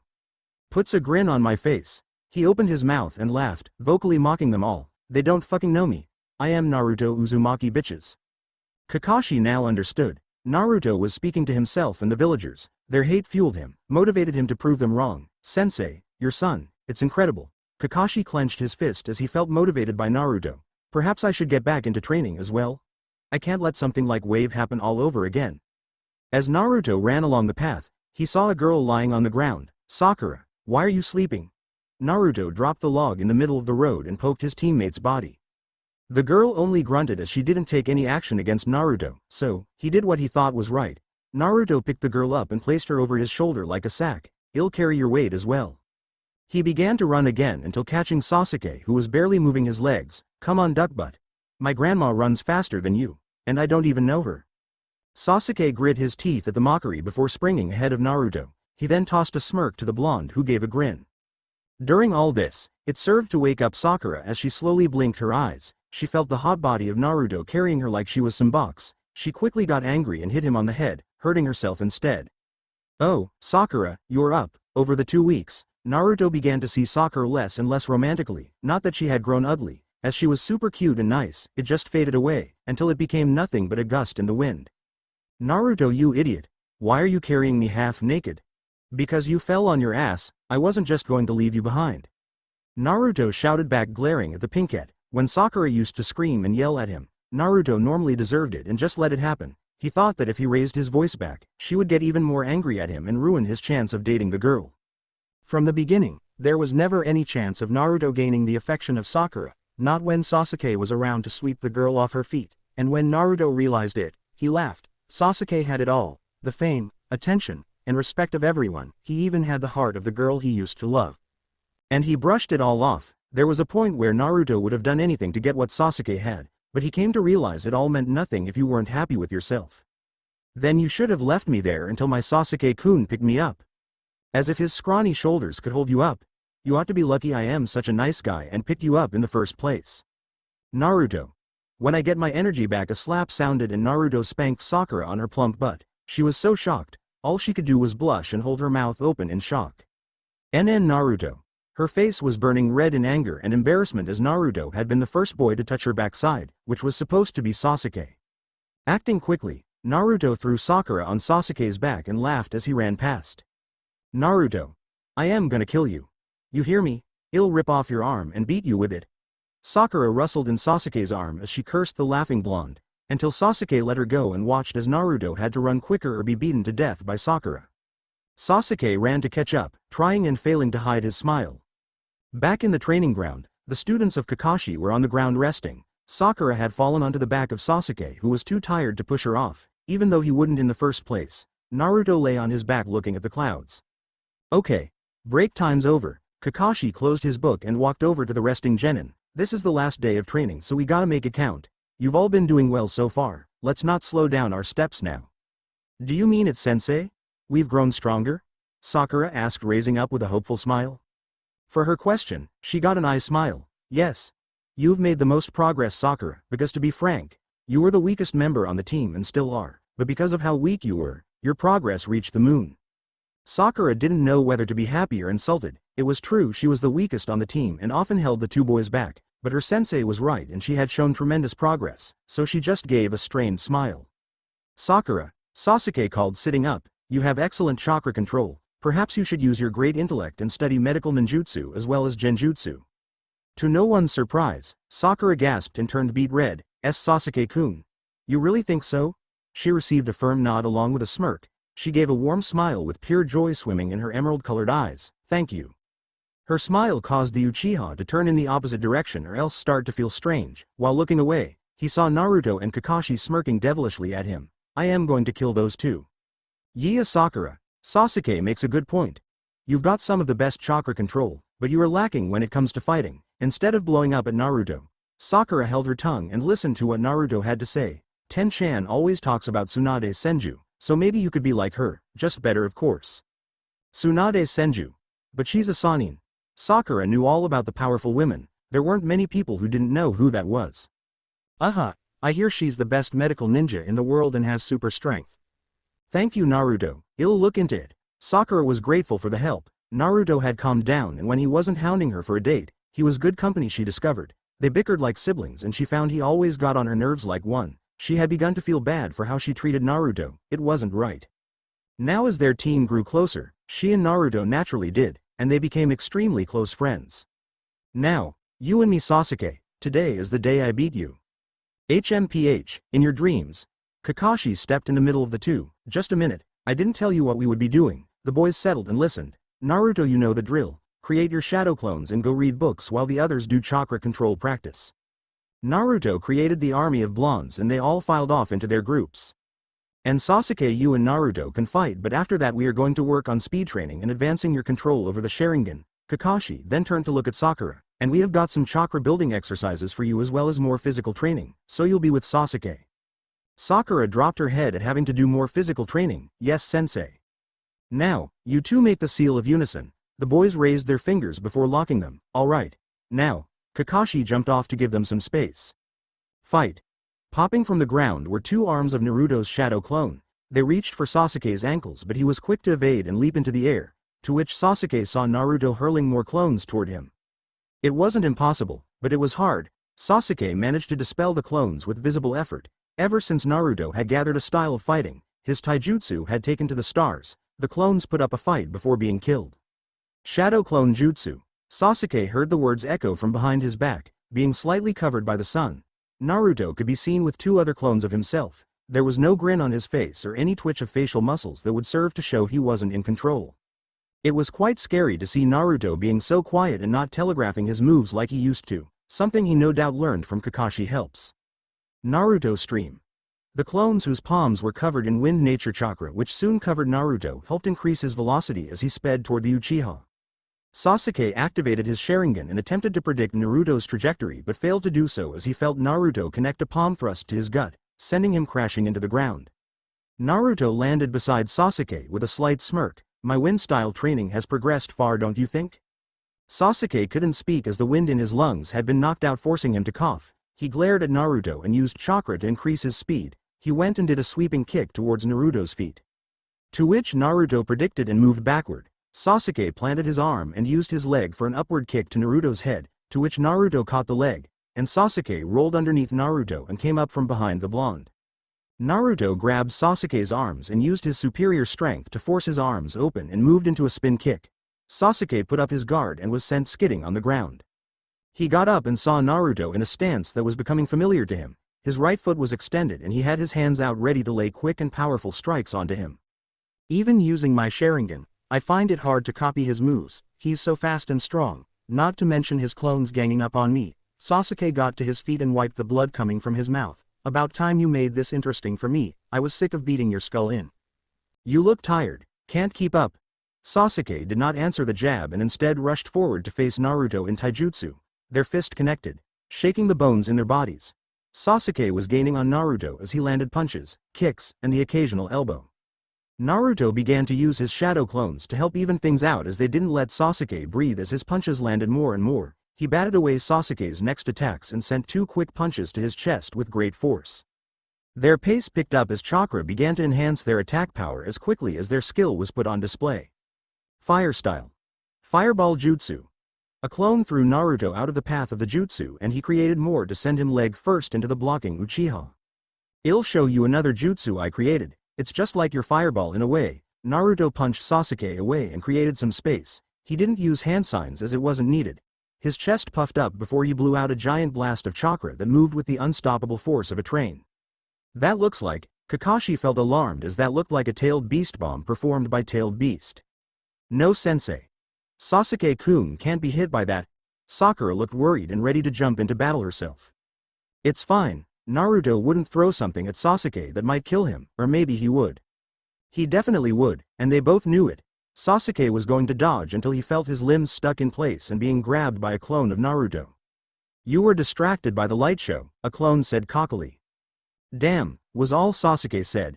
A flash of light was what greeted the training ground as the jutsu went off in a large boom rocking the area around them. When all the smoke cleared, Sakura gasped in shock. She rushed to the damaged ground. Well, Naruto, I've got to say. Kakashi shook off the numbness in his hands, looking to see. His gloves were burned off and some of the skin on his hand had been ripped off. His hands had been burned and also shredded. That was a powerful jutsu. You might have taken the hands off a lesser man. Aside from a slightly burned vest and damaged hands, Kakashi was okay. It was made to be like that, Naruto said, walking up to inspect his handiwork. How did you block that? I coated my hands in chakra, that's all. Kakashi eyes smiled. But I underestimated your jutsu. Sasuke looked a little shaken up. as he was close to being hit with that jutsu, and to be honest, he wasn't sure if he could survive that jutsu, and the power he felt from it. Naruto, how strong have you gotten, sensei? Do you need healing? Those cuts look pretty bad on your hand. Kakashi looked at his bleeding hands in amazement. It cuts like a wind style, burns like fire, and is potent beyond belief. What is this? Naruto, what kind of jutsu did you use? Sakura asked, looking at Naruto, who seemed to be taking everything in with stoic confidence. I created it during my training. It's just my chakra blasted from my mouth in the form of a ball. I call it Starfield. Kakashi looked impressed. Naruto was better at naming jutsu than his father, but he was more impressed by Naruto making the jutsu. How did you come up with this? Naruto smirked as he crossed his arms. Like I said, it comes from the fireball jutsu. Just no fire and all chakra. Pretty easy. Anyone should be able to do it, really. So can you teach it to me? Sakura asked, giving Naruto the puppy eyes. Sure, it would work, as no one could say no when looking at her pool of emeralds. Just a minute, Kakashi interrupted. This jutsu won't be possible for just anyone, or really anyone at all besides you. Kakashi had watched closely and felt firsthand what the jutsu had to offer. What do you mean? Sasuke asked, coming up with a frown. Naruto has a lot of chakra, first and foremost, the most in the village. He not only has the chakra needed for something like this, it's also incredibly potent, Kakashi lectured, and the most important fact being the hints of wind blades in just his natural chakra. Naruto and another are the only ones with wind chakra in the entire village. To this, Naruto nodded. My chakra is special to me. He looked and gave a devious smile to Sasuke. And you can't have it. HMPH, as if I'd want a jutsu created by a loser who lost. Sasuke kissed his teeth. You only caught me by surprise. Your excuses are not good enough, Sasuke-kun, Naruto mocked, knowing what buttons to press to anger Sasuke. Want to go again? Anytime, loser. Kakashi chopped both in the head, gaining their attention. Spars over, to your post for training. So for now, the beef the two boys had would be put on hiatus until further notice. Their last day of training before the big exams carried on with Naruto and his army of clones practicing their chakra control, taijutsu, studying, and advancing their wind nature. Sasuke, Sakura, and Kakashi did speed drills. The two had to practice evasion training towards the end to cool off, which was Kakashi throwing kunai and shuriken at them until they dropped or were cut 3 times. Naruto yawned as he walked through the village. He was going to go and get something to eat as he was left starving from his recent training. Obviously, Naruto was taking the path that led to the ramen stand he could always be found at. Spinning on his fingertips were 5 leaves that seemed to be dancing to the tune of his chakra. Even as his hand drifted through the air, the leaves stuck to his hand. Deciding to have a little fun, Naruto called the wind to his hands and blew the leaves in a small tornado of wind. I'd say my chakra control has come far compared to what it used to be. His once horrible chakra control was now good enough for him to control 5 leaves at the same time, which meant he was beginning to save chakra. Having the shadow clone jutsu was a blessing. He really had to thank whoever created this jutsu. He began to put the knowledge transfer to good use as he was becoming a master at many things. Even now, his clones were reading at his house. One of those topics was sealing. To his surprise, once Tenten introduced it to him, there was an unseen tether that pulled him along. It was a surprise as he took to it like a fish to water. It even impressed Tenten to the point where she began to teach him things. It brought a smile to his face as he loved spending time with Tenten, but he couldn't help feeling nervous around her sometimes, or that she stayed on his mind all the time, constantly plaguing his thoughts on a daily. I wonder what she's doing. I'll go and see her once I've eaten. Even now, Tenten centered his thought process. Could it be? Was he falling for Tenten? It had only been 2 weeks. No way he had fallen for the girl that quickly. But there was always a chance. He found her beauty enchanting, not being able to tear his blue eyes away from her own garden of brown. Damn, she was too cute for her own good, not to mention, she had a big ass and large thighs that always looked so inviting. Damn it. Why is she making me feel like this? I am gonna get hard if I keep thinking about her ass. Due to this, Naruto lost concentration and the leaves fell off his fingers to the ground.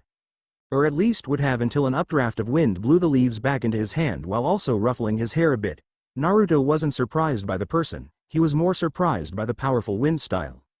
I think you dropped something. A flirty and confident voice came to his ears. He looked up and saw a girl leaning on a fan in a tree smirking at him.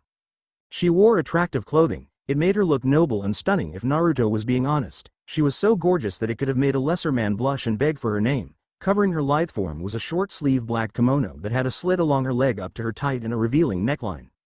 It was tied together by a red sash. For accessories, she had on black fingerless gloves and a fishnet leg warmer on her left ankle. Her hair was tied back into 4 spiked ponytails with 2 sandy blonde bangs falling over her black forehead protector. Thanks, Sand Kunoichi. Naruto smiled up at the girl. I could sense her watching me, but I don't know why she was. Perhaps it was because I am also a wind user. Naruto also found out he was a sensor type, which in short, meant he could see with his eyes closed. He wasn't very good at it, so he found the skill to be pretty useless to him now. Sand Kunoichi. She repeated, sounding affronted. She leapt down to the ground and strapped the massive steel black fan to her back. Her teal eyes glared at Naruto playfully. I have a name. I can't read minds. If you want me to know your name, Naruto gave a charming smile, you're gonna have to tell me. Perhaps it was because he started growing stronger and his body started shaping up, that his confidence flared with a vengeance. All of a sudden, he just naturally felt more sure of himself. When talking big to Sasuke about how he could beat him, he felt as if he could truly do it. His arrogant attitude was now real. There was no need to fake his confidence or lie to himself to feel strong. Truly feeling strong for the first time in his life. Because of this newfound confidence, he found speaking with beautiful girls to be easier and more natural. It helped make Tenten smile, which he loved doing, and it seemed to be working with Temari. Which might not be a good thing. Eager to know my name, are we? She felt like dancing around the blonde as he was quickly becoming entertaining. Want me to guess? Go ahead, you look like a Rico? Ri-ko? Temari sounded, before she laughed loudly and whipped a tear from her eye. Naruto was glad she didn't hit when laughing. Unlike the brute Sakura, he found her laugh pleasant to his ears and oddly enough, warming his heart. Her laugh made him laugh as they shared their chuckles together. You have to let me guess your name now, Temari said, showing a wry smile towards Naruto. Why not? Go ahead. Scanning Naruto's face to try and think of a name, she took in the details about his face, his eyes, an endless sky blue which seemed to pull her in as if he was pulling her into a genjutsu. His slightly round cheeks were covered by whisker marks and complemented by spiky blonde hair. It made him look feral and rough. Her face quickly heated up and she found that her cheeks became pink. This boy was the first ever to cause her to blush. Back where she was from, boys found approaching her impossible as the fear of her murderous brother was something to duck and hide from. What is this feeling? Why does my heart feel so light? She had become so lost in his eyes that her staring was noticed by a smirking Naruto, who noticed the blush. I see you found something you like. Naruto's words brought her from the thoughts she was having. Huh? Oh.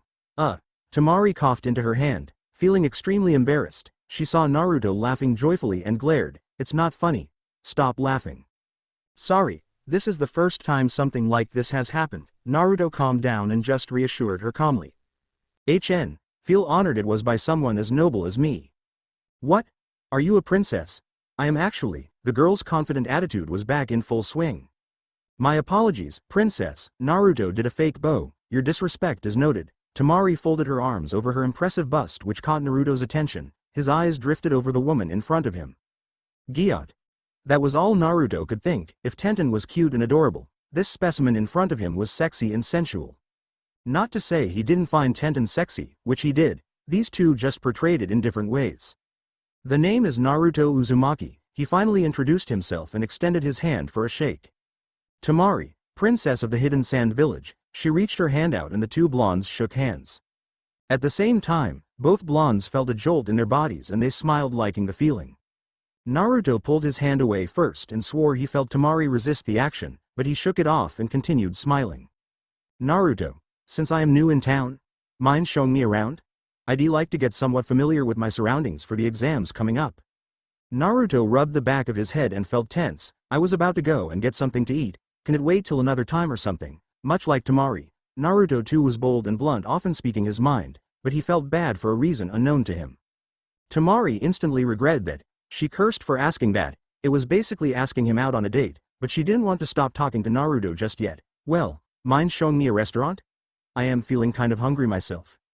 I don't see why not. I hope you like ramen. Temari placed a slender finger on her chin. No, I've never heard of anything like that. Ah, come on. I've got the perfect spot, Wind Rider. Okay then, Wind Chaser. Smirking at each other's now assigned nicknames, Naruto started walking past the girl, who quickly fell into step next to him, slightly brushing her shoulder up against his. I want to ask you something, Naruto said. You may. Your wind style was strong from what I felt. Are you proficient in it? Temari smirked hotly at Naruto. No need to feel inferior. I saw you playing with your wind. It looks like you have only just begun training in it. That obvious? Naruto moaned in dissatisfaction. Tamari giggled into her hand. Don't feel bad, it's not like I was able to topple buildings when I first started. Naruto gave her a flat stare. You're being sarcastic. That obvious? Tamari said, smiling up at the taller blonde. Naruto rolled his eyes. Very funny, I am sorry, but her laugh made it obvious she wasn't sorry at all. Tamari noticed something. As they walked and talked, her cheeks began to hurt from smiling so much, and she was laughing as if it was the first time she ever felt joy in her life. Had she really been that deprived of happiness in her life? The laughs she and Naruto shared were some of the best she ever had. Back in the sand, Tamari never laughed like this. There was nothing funny about her life in the sand, just a sandstorm of sadness that was ever present, much like the sun did her village. It dried up her happiness. But the sun here, passing a look at Naruto, she smiled as his sun-kissed blonde hair bristled in the wind. His smile was radiant and true, warming her up unlike the cruel, unforgiving sun back home. This warmth, Tamari placed a hand over her chest and smiled gently. I don't want to leave it. And voila! Tamari looked up to see a modest-looking shack. It had an inviting aura to it and also had a mouth-watering aroma coming from it. Smells good. Taste even better. Naruto walked and held up the flap for her and nodded with his head for her to come. Thank you. She thanked him before moving into the bar-styled counter. She pulled the fan off her back and leaned it against the counter next to her seat. Welcome. The young woman behind the counter greeted with a smile. Naruto, glad to see you are back. How could I ever stay away? Naruto chuckled. You know I'll just have my usual. Coming right up. Dad, Naruto's back, so just make a bunch. She yelled to the back and looked at the blonde next to Naruto. She gained a teasing glint in her eyes. Oh Naruto, you dog. What's Tenten going to think if she sees you with another girl? What? Ayame, stop, it's not even like that. I am just showing her around the village. So you bring her to your favorite food joint? Naruto, do you have a girlfriend? Unsure why she felt so angry and sad, Tamari looked at Naruto more seriously than she intended to. Whoever this Tenten person was, she now began to have negative feelings toward them. No, she's talking about my best friend Tenten. Naruto tossed a look to Ayame who batted her eyelashes. I've been bringing her here over the past week. Naruto might not have seen it, but as a girl, Ayame saw the reaction Tamari just had. It may have been quick, but it was still present. Naruto, you are about to have an interesting week. The ramen cook was eager to see how everything would unfold. Oh, anyways, Ayame, can you show her the menu? This is her first time having ramen. Sure thing. Oh boy, that hit the spot. Naruto let out a big sigh as he stretched. I can't believe you didn't pay for my meal, Tamari grunted. Naruto laughed. You're cool, but I am not paying for you after only just meeting you. Even still, I told you I was the daughter of the Cage. It would be an honor to treat such a noble woman. Maybe next time. Tamari glared before turning around. Do you still want me to show you around? Naruto asked. It would be your pleasure. What a drag, Naruto thought, but he smiled. You are very prideful and confident. Problem? Her hand was resting on her slim waist and she cocked a blonde eyebrow. No, I like it. Women are more attractive when they're strong. Tamari flushed. You heard me. Naruto tilted his head slightly with a smirk, knowing what he said. Tamari got herself under control and gained a sexy smirk. You keep talking like that. She moved closer and placed a palm on Naruto's chest. And I might pay for your meal. It was Naruto's turn to flush as he avoided eye contact. I would not complain. You saw that bill. Tamari patted his chest and smirked. The wealth of the Cage is vast. Pay my bills while you're at it, Naruto joked. It's supposed to be the other way around, Tamari jabbed. Well, I am poor, so good luck with that. Although he was joking, there was truth in that statement. Perhaps if you tour me around good enough, I'll give you a tip. Naruto fell into character. This way, my lady. Tamari grinned broadly. That's more like it. Nah, being a kiss-up isn't for me. Naruto relaxed seconds later. Where are you trying to go?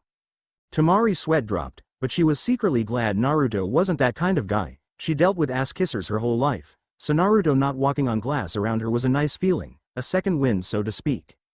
I am not sure. I just want to walk around and see the sights. Tamari made sure the fan on her back was tied to the red sash tightly. Any place special around here? They're the Hokage faces, but I don't feel like walking all the way up there after just eating. Yeah, me too. So the blondes just walked around the village, Naruto telling Tamari of the many pranks he pulled off in certain areas, and how he had to run from village shinobi for his pranks. To this, Tamari said he was just like her weasel summon who always caused trouble. As they moved through the village, Tamari noticed the stares directed at Naruto when he wasn't looking, or how people looked at him with so much hatred it caused her to feel uneasy. These regular people just glaring at Naruto for no reason with unblinking eyes of malice. It reaffirmed her thoughts on the matter, and answered the question she first had, and why she was following Naruto in the first place. Alright. It's getting dark out, do you need me to walk you to your hotel? Naruto asked, leaning on a wall. No, it's fine, I can protect myself if some bad guys try to attack me. Temari took a sip from her sweet tea. I'd just blast them all away with my fan. Speaking of that, when can I use it? Naruto put his bottle in the trash and kicked off the wall. When you can do this, Temari held the empty bottle in her hand, before it flattened in an instant. What did you just do? Naruto asked, his eyes wide in shock. Temari pulled out a kunai, placing Naruto slightly on guard. Relax, I am not going to stab you. She placed the kunai in her hand, before, like the bottle, it was crushed, this time into a ball. I am confused, Temari, do you know how wind is formed? She asked a simple question and tossed the kunai in the trash. She got a shake of the head from Naruto. It's formed by air going from high pressure to low pressure. When you get good enough, you can change these pressures. The smashed cup was filled out in an instant and reshaped by her wind chakra.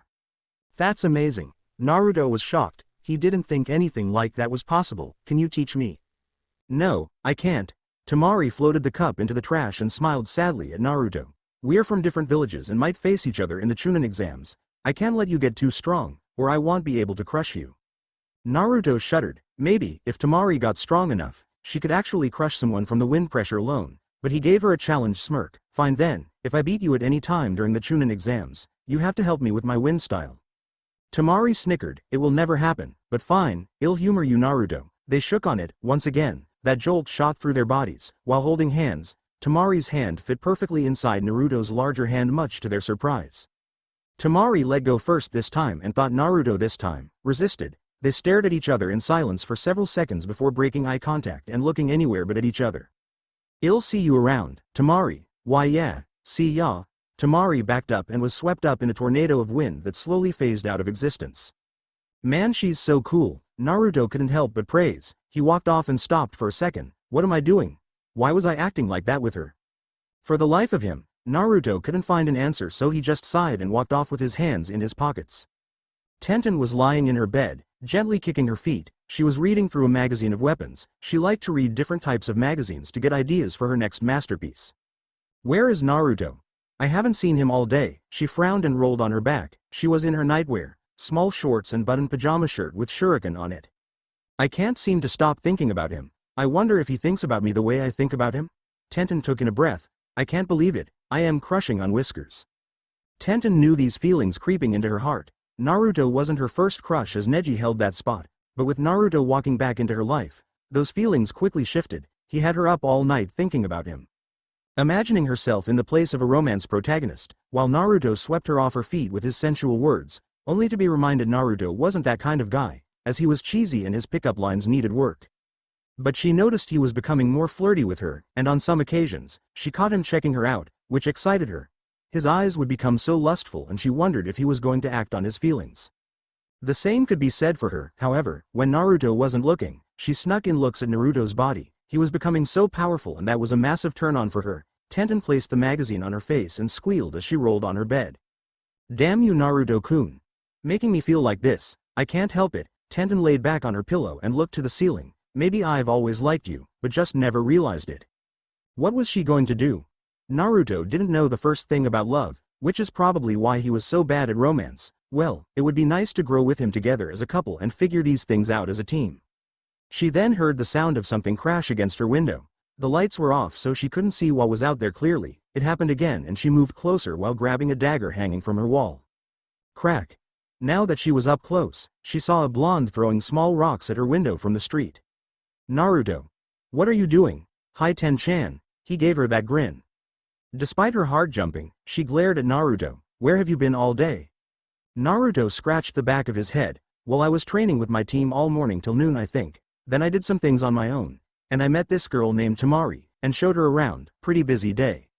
She locked in on that last part. What? Naruto jumped up to her window and stuck to the wall. Come outside. I need your help with some sealing. Naruto tried to pull Tenten out the window, but she protested. Stop. I am not dressed. She wrestled out of his grasp. I can't go out like this. Naruto looked at Tenten. Really looked. He found her dress very appropriate, but he didn't want any other guy looking, so maybe they should just stay here. Okay. I'll just come inside. He moved her aside and jumped into her room. Naruto-kun, get out. My parents are here, then we better be quiet. Naruto wiggled his eyebrows, grinning at Tenten with hunger in his eyes. The girl blushed and tried to cover up. Stop looking at me like that. Tenten turned around and glared at Naruto over her shoulder. I am not helping you with your sealing. You should have asked that Tamari girl since you were with her all day. Naruto leaned his head back on her pillow. For real, Ten-chan? Yes, now leave, but I haven't seen you all day. Naruto got up from her bed and moved closer until her back hit the window. I've missed you. I want to spend some time with you. He was hovering over her and looking at her fiercely with those blue eyes of his. Tenten's face burned red as things were getting crazy too fast. Naruto just showed up and he was in her room while she was barely wearing clothes. It's just like those romance books. The guy shows up in her room in the middle of the night just like this. He backs her into a corner and whispers sweet words into her ear. Next thing you know, Tenten's face steamed red. Do you even hear what you're saying? You're not that naive, are you? I do know what I am saying. In 2 weeks, Naruto showed a vast difference in maturity. His words were becoming thought out and not just released without thought. So in times like these, he knew the meaning behind his words. Can we not hang tonight? Naru-kun, it's late, and I am tired from training today. She still blushed and looked away until she felt her chin be raised and directed to look at Naruto, who was giving her a tense stare. Only for a bit. Okay, but you better not try anything. Naruto then grinned and backed off. Good, I promise it will be quick. Tenten had to calm her racing heart as Naruto plopped on her bed and patted the spot next to him. What do you need help with? Just how to understand this barrier seal. What are you doing on barrier seals? That is in the second book. I just gave you the first book yesterday. Tenten laid down next to Naruto. Those clones have been slaving away. Naruto laughed as he received the memories of the clones a couple of hours back. Poor things, their ringleader is a cruel tyrant. Anyways, what is that? Naruto pointed toward a three-pointed symbol. A three-pointed seal, which means, she dropped and waited for Naruto to figure the answer out. Oh, you need 3 points or seal activations to use this barrier seal. Yes, you should have learned the importance of seal points in the first book. Seal points are what you call the number of sealing matrix to create a seal, so, you would have to create a 3-trigram seal to use this barrier. Cool, can you do it? Naruto asked his teacher in sealing. Of course I can. Do you know who I am? Someone who likes stuffed animals. Naruto looked at the front of the bed, which was covered with stuffed animals. Tenten placed her dagger on the bed, right next to Naruto. Tell anyone and you're dead. What? It's kinda cute. HMPH, focus, Tenten, her dad yelled and he was getting close to her room. You got to go. Hurry. Tenten and Naruto jumped from the bed in a rush. Alright. I'll see ya around. Naruto dived out the window grinning. Nice ass by the way. Grr. He has a jutsu to piss me off, I swear, just coming in here and getting me all worked up. Tenten, her father knocked on her door. Come in, Dad. I heard a lot of moving around up here. Are you okay? Yay, just trying some moves out before I go to bed, she replied and did a couple of kicks. Okay, well go to bed, you need your rest, he said. Good night, love you. Love you too, Dad. Good night. 2 days later, you guys ready? I could hardly sleep last night, Naruto said, walking in the middle of Sasuke and Sakura. Me too. We are going to crush this, Sakura replied. She had grown confident and strong, so when offered the chance to take part in the exams again, there was no hesitation in her answer this time. Kakashi says this is going to be big, so we should not hold anything back, Sasuke spoke, looking as confident as ever. We want.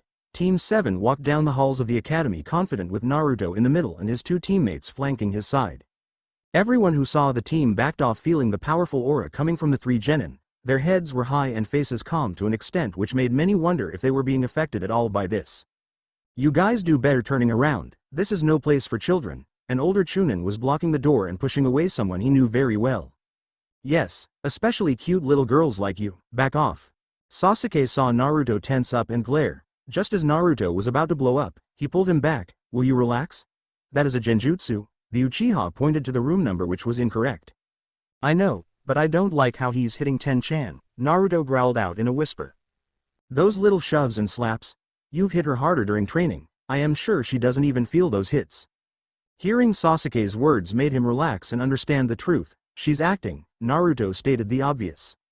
She is, so calm your head and think. From what he heard, Tenten was a strong kunoichi who didn't like being looked down upon, so I am sure if she found out about how Naruto was acting now, she wouldn't be happy. Sakura, you most likely found out this was fake right away, right? You are the best at genjutsu in the team. For his comment, Sakura smirked like her two teammates would. I did. Knew you would. Sasuke matched her look and felt proud of Sakura. Alright. Let's get going. Naruto started walking toward the stairs and sent a wink toward Tenten, who was being helped by her teammate. I will be right back, you guys, their teammate in green said before following Team 7. I should have seen this coming. He's going to go after Sasuke. Tenten fixed her hands along her hip. I am curious to see how good Sasuke is though. Neji, her Hyuga teammate, stayed silent and followed Lee's path with his eyes. Hold it. Team 7 turned to see a kid with bowl-cut styled hair glaring down at them, especially Sasuke. He flipped down and landed on his 2 feet. My name is Rock Lee, and I wish to fight you. Don't you know who I am? Do you still want to fight? Sasuke looked uninterested as he turned around. Lee turned his big eyes to Sakura and quickly blushed, causing Sakura to pale. Also Sakura-chan, I love you. For his confession, Sakura froze up and nearly fainted until Naruto smacked her upside the head. Naruto turned from the glaring Sakura and looked at Lee, who was focused on Sasuke again. His hands were wrapped in bandages, which indicated he trained pretty hard. Naruto knew of Rock Lee from Tenten, and she always said he trained extremely hard in taijutsu. So with this information, he turned to Sasuke. Hey, this guy is a taijutsu expert from what I know. Look at his hands, they're covered in bandages. Sasuke gave Naruto a side-eyed glance. Is that all? It won't be much trouble for me to still defeat him then.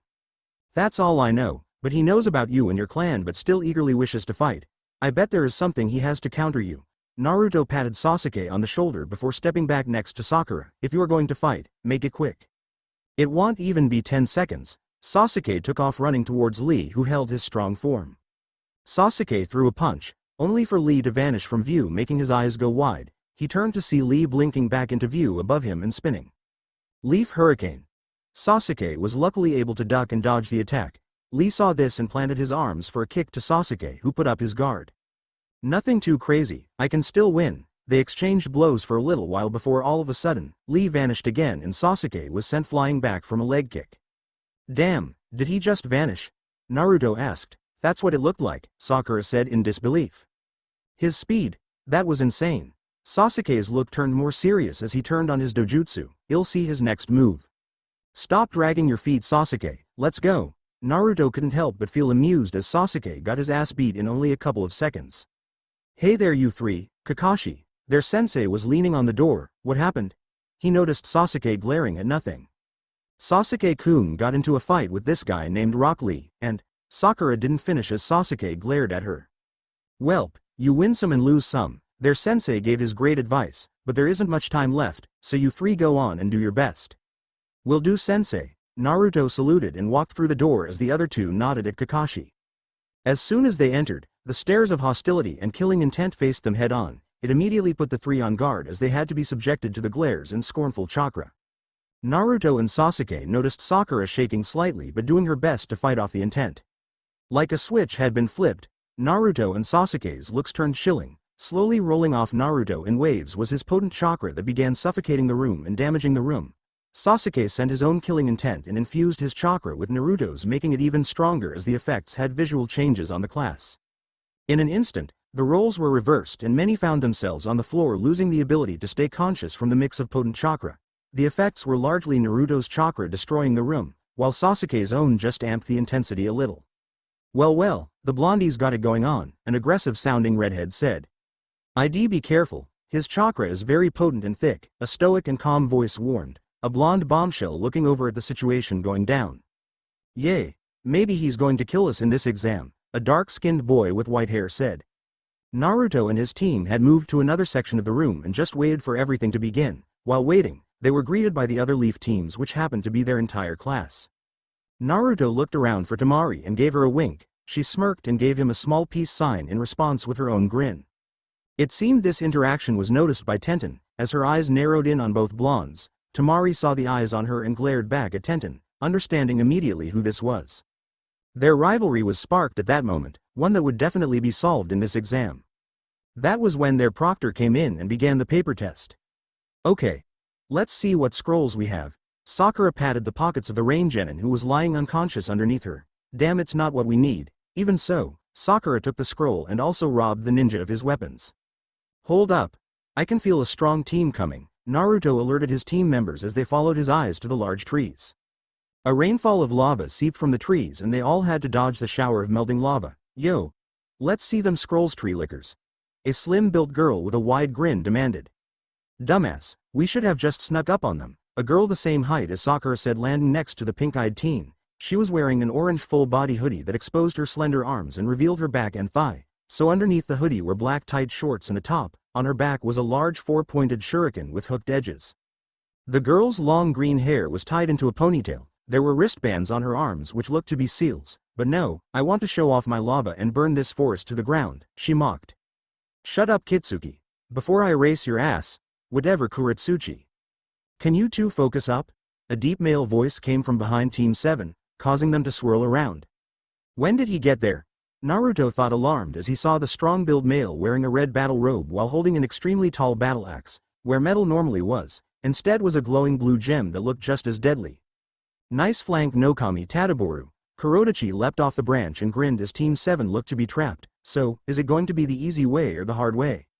Naruto's look shifted into a stern one as he sent the stone ninja a death glare. I think we'll take the hard way. Just like that, Kuretsuchi flashed in front of Naruto's face and they were staring fiercely into each other's eyes. Oh yeah? Yay, fine by me. Well, see if your answer changes when you're knocking on death's door. Kuretsuchi brought up her leg and aimed for a head kick. Naruto caught the quick and powerful leg and gripped her tightly around her ankles. Naruto rubbed his hands up Kuretsuchi's long legs. In a sensual manner, he got a feel of her toned thighs even though it was being blocked by fishnet leggings and dark red shorts. For his actions, Naruto saw Kuretsuchi blush intensely and glare venomously at him. Why you filthy pervert? I am gonna melt your ass for good. The leg he had been holding quickly became hot and lava formed. Luckily Naruto let go before he was burnt. Quick temper and easily distracted. People tend to fight more sloppily when angry, but there is also the risk of being amped by one's rage.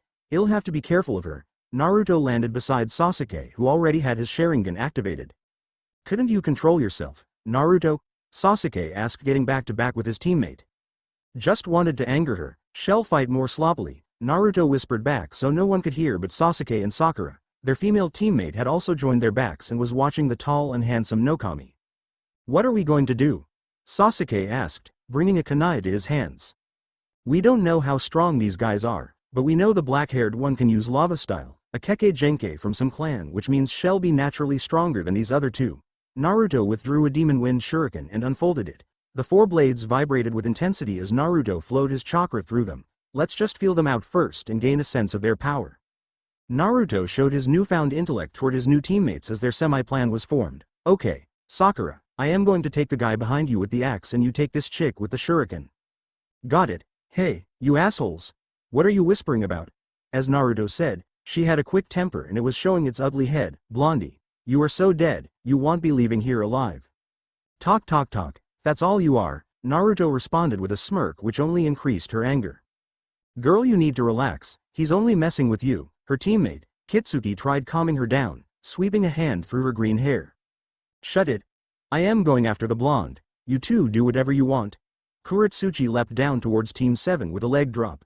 Her leg quickly became covered in a layer of rock that shattered the grass floor to bits when it made contact. And like she said, her target was Naruto Uzumaki, who was fending her off with his shuriken while she aimed to cave in his chest with her fist. She had to duck as the weapon almost took her head off. That wasn't the end as Naruto forced her into a defensive position with his aggressive fighting. She roared and used her right hand to catch him with a hook only for Naruto to duck and swivel behind her. She spun around with her elbow and saw to her confusion and slight worry, an army of Narutos giving her stares of conviction. Where am I? A voice whispered in her ear, sending shivers down her spine. Basic clones can't beat me. I am unstoppable. Moving forward, Kuretsuchi leapt into the army of clones and punched one in the face. Huh. I felt it, which means, her heart sank to her stomach and she quickly found herself in the middle of an army. Shadow clones are real copies of the original. It's a forbidden jutsu in my village and not even Junin are able to master this jutsu. The voice speaking to her stopped its talking, causing her to frantically search around for the real Naruto, but I can. And the onslaught began. Kuretsuchi found herself hard-pressed to defend herself from the assault of Naruto's clones. A strong punch across her face made her head snap back while she was quickly punched 2 more times. You bastard! She channeled her anger into her chakra and started fighting back. Even still, she found herself being struck countless times while she could barely dispel these clones. So you are lacking in taijutsu. I recommend you train in the art before trying to fight me again. Even as the clone beat her, he still managed to rile her up. Enough of this. Her chakra exploded in a large wave as it destroyed some of Naruto's clones. Fine then. Let's see just how good your jutsu is, huh? Now battered and bruised, her red vest was all messed up thanks to that blonde, earth-style, earth flow spears. All of Naruto's clones got destroyed as spears of earth shot from the ground impaling them. Don't underestimate the hidden stone. Over with Sasuke, he broke away from his clash with Nokami. His fight also was tough as the man wielded the two-handed axe with ease. There were too many close calls to count where he had almost been cut in two.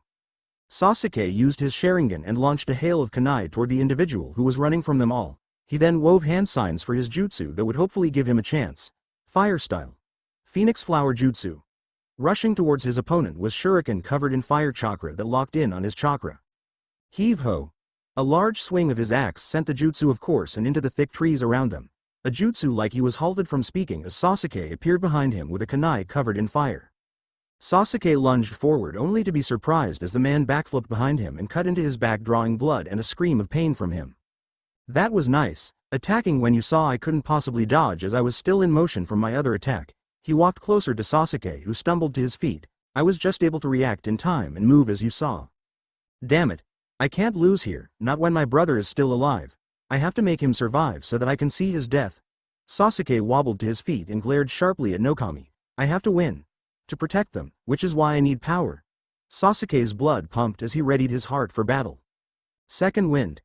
Nokami swung the axe at Sasuke who dodged and struck out with kicks towards Nokami who blocked. It'll die down soon enough.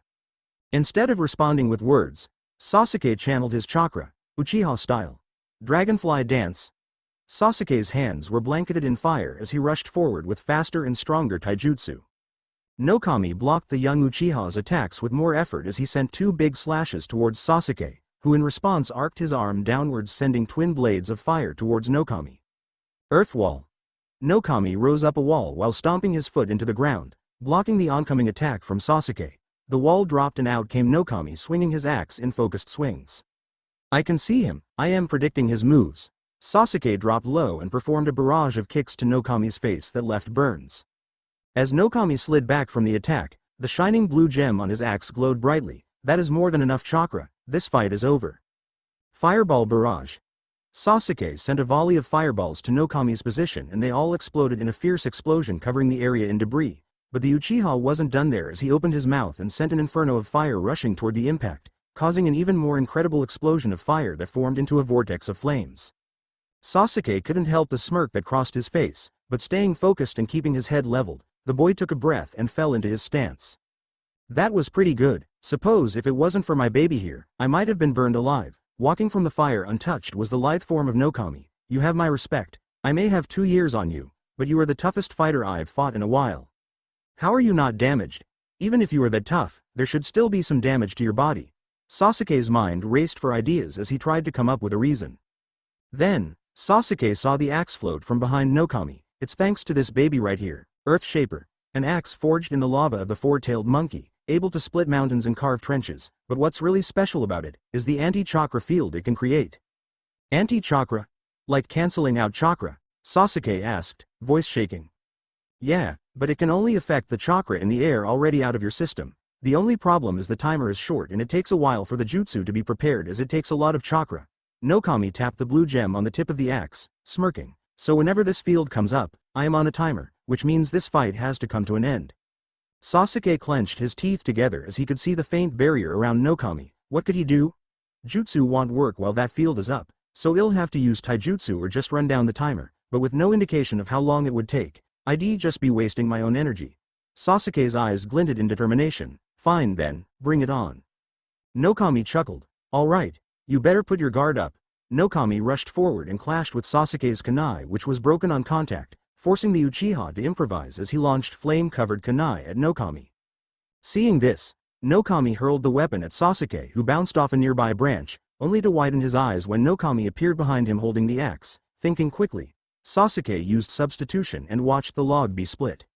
Sasuke pulled ninja wire from his pouch and attached them to kunai and shuriken which he then threw at Nokami. The stone ninja blocked or evaded the attack as he landed on the ground, which is what Sasuke wanted to happen. He yanked on the thin wire attached to his weapons as he pulled them back. Nokami felt his body tighten up and be pulled. What is this? He looked to see ninja wire wrapped around his body and forced the axe from his hand. Sasuke smirked. With his Sharingan activated, he noticed the barrier dropped around Nokami. As I thought, he needs to be holding the axe for the barrier to be effective. Now's my chance to attack before he breaks free. Sasuke placed the wires in his mouth, holding them tightly, and flipped through hand signs. Fire style. Dragon Fire Jutsu. Not good. He must be able to see the barrier with his Sharingan. The Uchiha are truly dangerous. Flexing his chakra and muscles, he managed to snap the wires with great effort. He quickly reached and grabbed the handle of his axe, forming the barrier slightly late, suffering burns and feeling the heat scar his body. I was saving this attack for Naruto in our rematch, but I won't have one if I can't bring this guy down. Sasuke sent chakra to his right arm and became cloaked in fire-natured chakra, Flame of the Rich Dragon. Spiraling around Sasuke's arm was a white dragon born from flames that roared and spiraled towards a wide-eyed Nokami. World Splitter. Nokami used one of his secret techniques as he met the dragon head-on with his own beastly roar. The explosion that sounded could be heard for miles into the forest. Their combined attacks left a crater in the center where Sasuke lay on his stomach suffering from his wounds. Good fight, Nokami whispered, looking down at Sasuke with his purple eyes that gleamed with respect behind a curtain of brown hair. Sakura caught her breath from behind a tree. Her dress was damaged and torn in parts, showing she had been hit a lot. Sakura was finding out that those rock jutsu left nasty bruises on the skin she worked so hard on. Damn it. Even after all the training, I am still no match for her. Sakura eyed the stone kunoichi with worry as she thought of her next plan. I can't beat her head on, so I will have to use deception and potentially lead her into a trap. Sakura felt inside her ninja pouch and wondered what supplies she would need. Now she got a determined look in her eye and moved into action. Kitsuki hummed as she spun her ninja tool around her finger. Throughout this battle, she had been dominating Sakura. She used her weapon to cut Sakura repeatedly or land devastating earth jutsu on her. Come on out, Pinky. You and I both know this fight is all but over, she yelled to the trees while slowly turning to look for just a glint of the girl.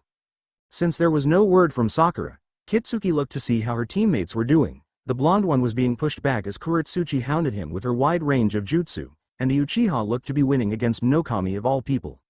While walking, Kitsuki found she had tripped over a wire. She knew what that meant, so when she looked around with her onyx eyes for some kind of trap, she was ready, only for nothing to happen, and her guard slowly dropped. Her ears twitched as they picked up the sound of something swinging through the air. She turned and saw a log with senbon jammed into it looking like a mace. She barely had time to react as it managed to clip her shoulder, getting 3 needles stuck. ARH, damn, that stings.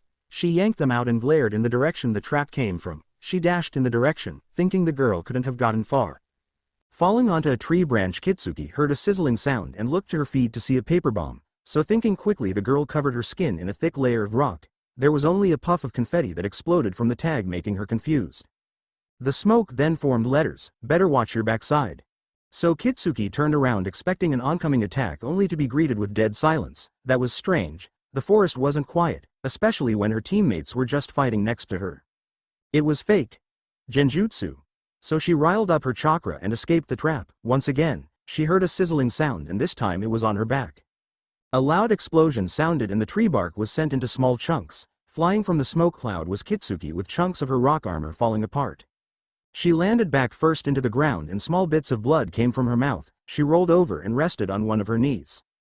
Her ears rang intensely, causing her to groan in pain as her vision blurred. Falling from the branches was a thick tree log that landed a solid hit on Kitsuki, who was flung into the air from the force of it. Fire style. Fire blast. Sakura made herself known and breathed out a small ball of flame. That jutsu is pathetic. I can take a hit from her thoughts left her as the small ball of fire connected with her gut. It may have been small, but the density and mass of the jutsu left her gasping for air. It appeared that jutsu was not for mass damage or spreading flames. The real strength of this jutsu is in its density and mass. It could even knock an elephant off its feet, so a small girl is no match for it. I'll have to thank Sasuke-kun for teaching me this jutsu. Sakura grinned as she landed on the ground. That should have done enough damage to have knocked her out. But even still, she held out a kunai just in case. A roar could be heard as Sakura heard a cry of summoning and a poof of smoke became known. Sakura's body shivered in fear as yellow eyes gleamed dangerously at her from within the smoke. A deep and menacing growl escaped the smoke, making her even more frightened. Then a glowing orange ball could be seen before it launched the jutsu at her. She jumped into the trees and dodged the stream of fire. Playtime's over. I can't believe you made me use this. I'll give it to ya though. Kitsuki said from atop the head of a beast. It was a lizard-like animal with spikes for a beard. Their skin is a rough red with spike-like horns coming from the side of its body. A swipe of their long tail sent all the wind away as stomping forward was a bearded dragon of monstrous size. Meet Big Red, my spiked companion. She rubbed at the lizard's head. Now, I'll be taking that scroll from you. How do you have a summoning contract? You're only a genin. Sakura yelled in fright, finding her knees shaking. It was a reward for completing one of my missions. Unlike you leaf guys, we are trained to kill and protect our village, not chasing after boys or attempting to solve the world's problems. Only village problems. Kitsuki then crossed her arms and glared down at Sakura. Sakura took a deep breath and closed her eyes for a moment. She thought back to her 2 weeks of training along with all the talks she shared with her team, all of their bonding and surprisingly alone time with Sasuke. Her training, she grew stronger to protect these memories and the village itself, so she snapped her eyes back open and glared fiercely at Kitsuki. She tied her headband around her forehead while bringing out a kunai. I am a kunoichi, and I've trained hard to say that. I'll show you the power I've gained to protect what is close to me. Uncharacteristically, Sakura showed a determined side of herself that served to put Kitsuki on guard. At a girl, she felt her shoulder be grabbed and saw Naruto standing next to her grinning. Despite being surprised, she was still glad to see Naruto standing next to her. Naruto, what are you doing over here? What about that girl you were fighting? He pointed his thumb at her and kept his eyes on Kitsuki. She's a little preoccupied at the moment. Following his thumb, Sakura and Kitsuki saw Kuretsuchi banging on a blue barrier while glaring at Naruto. Naruto, you let me go right now. I put a small seal on her before we started fighting when I grabbed her leg. So that wasn't just you being a pervert. Sakura had to hand it to Naruto. That was very smart and a great way to think ahead. Say, you've got more respect for me than that, right? Naruto asked with a twitching brow. Hate to interrupt your lover's bout. Gaining a loud what from Naruto and Sakura, before she continued, this fight won't go on for long and neither will that barrier as I can feel and see how weak it is. Naruto narrowed his eyes. She's right, maybe if I made that seal in advance it would have been stronger, but we don't have much time to take her down. Okay, let's just make this quick and see what we can do, Sakura whispered as she and Naruto nodded. Right. I'll move out first. Naruto leapt forward aiming to knock Kitsuki off the head of the giant lizard. It was more than 10 meters tall and was a bulky individual, to say the least. Don't just run right toward me. She wove hand signs and spewed out a horde of rocks at Naruto, who went up in smoke. Naruto came falling from the sky with his next jutsu already activated, Beast Wave Gale Palm. A giant claw of wind escaped Naruto's hand as he reached to crush the lizard with his powerful jutsu. The lizard moved its head up and growled before blowing out a breath of fire that grew bigger when it came into contact with Naruto's wind. Naruto screamed as he was burned from the attack, sending him back to the ground. Wind is useless against Big Red. Try harder. Fine then. Sakura came down with a fleet of tree logs that Kitsuki and Big Red had to run away from. They're so annoying. Kitsuki moved through the forest floor quickly as Big Red trampled over everything. Then try and stop us. Naruto yelled, swinging in from behind a tree and drop-kicking her off the beast. He managed to catch Kitsuki by surprise, launching her into the forest. While she was in the air, another clone of Naruto was rocketed down by Naruto's stream, sending her crashing into the forest floor. Sakura, I've got a plan. Naruto landed beside Sakura, who was up in the tree. What is it? They both moved as Big Red ripped the tree down with his sharp claws. Naruto sent a Beast Wave Gale Palm into Big Red's face, stunning him for the moment. I am going to use Starfield, and you are going to hit it with the fire jutsu Sasuke taught you. Sakura immediately caught onto what Naruto planned to do with his jutsu and grinned. Taking them both out with just one jutsu, Sakura gave Naruto a grin. On your mark. Naruto slid to a stop and puffed out his chest. He got Kitsuki, who had climbed back onto Big Red, into view. A shadow fell over both of them and Naruto was forced to throw Sakura out of the way as he was crushed under the giant fist of a stone golem. Naruto. Sakura yelled from the side as she watched Naruto be punched under the fist of that rock monster. That's the end of this fight, Pinky. You are alone now with no one to help. Kuretsuchi taunted the girl from atop the head of a giant golem made from the earth itself. Facing Sakura was a mountain she could not climb. It was a fire-breathing lizard, a golden of earth, and their other teammate who had defeated Sasuke. But even still, Sakura clenched her fist. My teammates wouldn't give up, and neither will I. Sakura yelled her defiance to the team in front of her. Nokami sighed. You've got to respect the girl's guts. But it's all for nothing. She's not strong enough to back up her words. Kitsuki stepped forward. I'll finish her. Get the scroll while you're at it, Kuretsuchi ordered with crossed arms. Kitsuki flashed from her position and appeared behind Sakura. Until next time, Sakura tried to attack but was chopped in the neck. Reaching down to search Sakura's gear, Kitsuki found what she was after, just an earth scroll. We still need the heaven scroll. And I was hoping to get lucky on our first try. Kuretsuchi kissed her teeth and let the jutsu crumble. She walked over to Naruto and kicked him. And that's for feeling me up, bastard, she grumbled walking off. More fights for us then. Kitsuchi followed behind Kuretsuchi and Nokami. Naruto rested his back along the wall of the cave they were in. Laying down were Sakura and Sasuke's sporting wounds. Guess I should patch them up. Naruto grabbed some bandages out of his pouch. He took off Sasuke's shirt and wrapped Sasuke's back as best he could. While Sakura just needed bandages and to be cleaned of the dirt that might fall into her wounds, Naruto felt his own wounds healing and took a breath. Kuretsuchi had wounded him badly. That whole team, they were so advanced. Things would have been worse if they fought us as a team. Naruto narrowed his eyes feeling angry. Now we are down both scrolls, injured, and open to attacks. We are going to need a big comeback tomorrow. Naruto took off his jacket leaving him in just his plain black shirt. He used it as a pillow and put it behind his back. What's our plan going to be? We've got to pick off one of the weak teams, but who is so weak that they couldn't even put up a fight? Naruto started thinking about the teams he had observed during the first exam. Team 8, Hinata Hyuga, Kiba Inazaka, Shino Ibarame, a team primarily focused on tracking which would be almost impossible to sneak up on. Hinata could see us with her Byakugan, Kiba could smell them, and Shino might have set up traps with his bugs.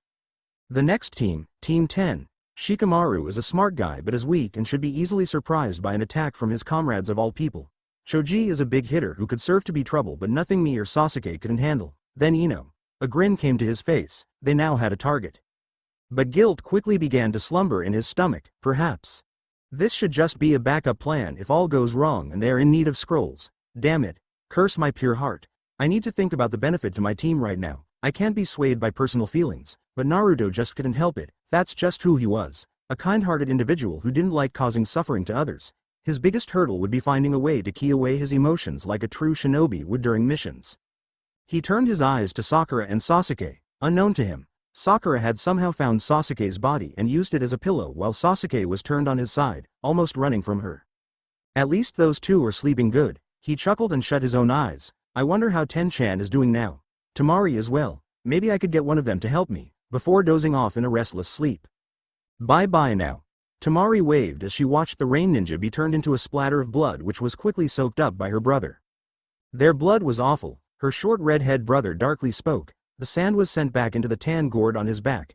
His teal eyes searched the surroundings for anything that might help him find some new prey. Her two brothers started walking off into the forest. Are we heading back to the tower now? I think we might be able to set a record at this point. The tallest one wearing a black bodysuit with cat ears said, it shouldn't be too far from here. No, the youngest sibling all but shouted, I need to kill some more, until I am satisfied. But Gaara, you've already killed enough teams. If this keeps up the leaf might suspect us of something. Kankuro shakingly muttered back to his younger brother. I don't care, we're not leaving until I am satisfied. Gaara was now glaring at Kankuro which caused said team to freeze. I hope Naruto-kun is okay. I want to see him again. I am feeling so worried all of a sudden. Temari felt off-put as she stared into the deep forest. Temari, tell him. Kankuro yelled catching her attention. Huh? While she was thinking about Naruto, Kankuro was holding Gaara by his collar glaring at him. Tell him we should just go. If we stick around just so he can sat this bloodlust, it's only going to cause more problems. Let go of me.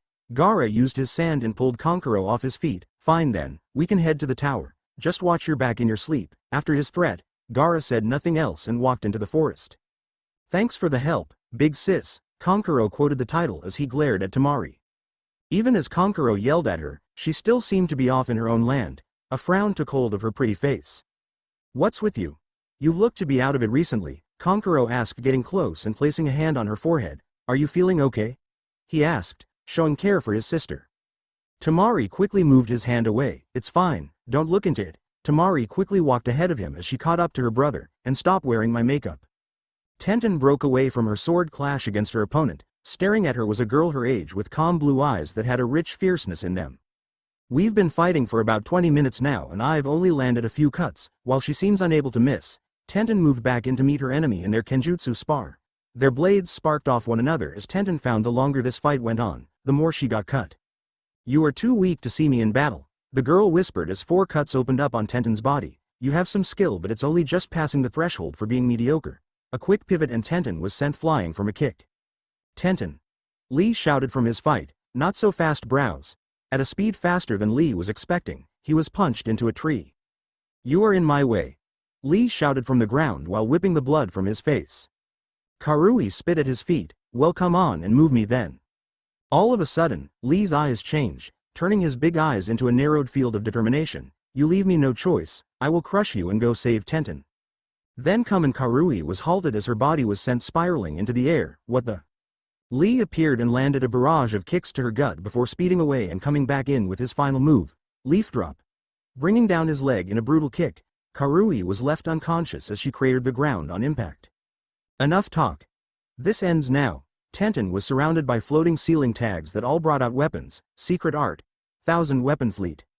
All the weapons were launched at Samui with unrivaled speeds as she focused her chakra. Samui took a breath as lighting chakra began sparking from her body, lightning armor.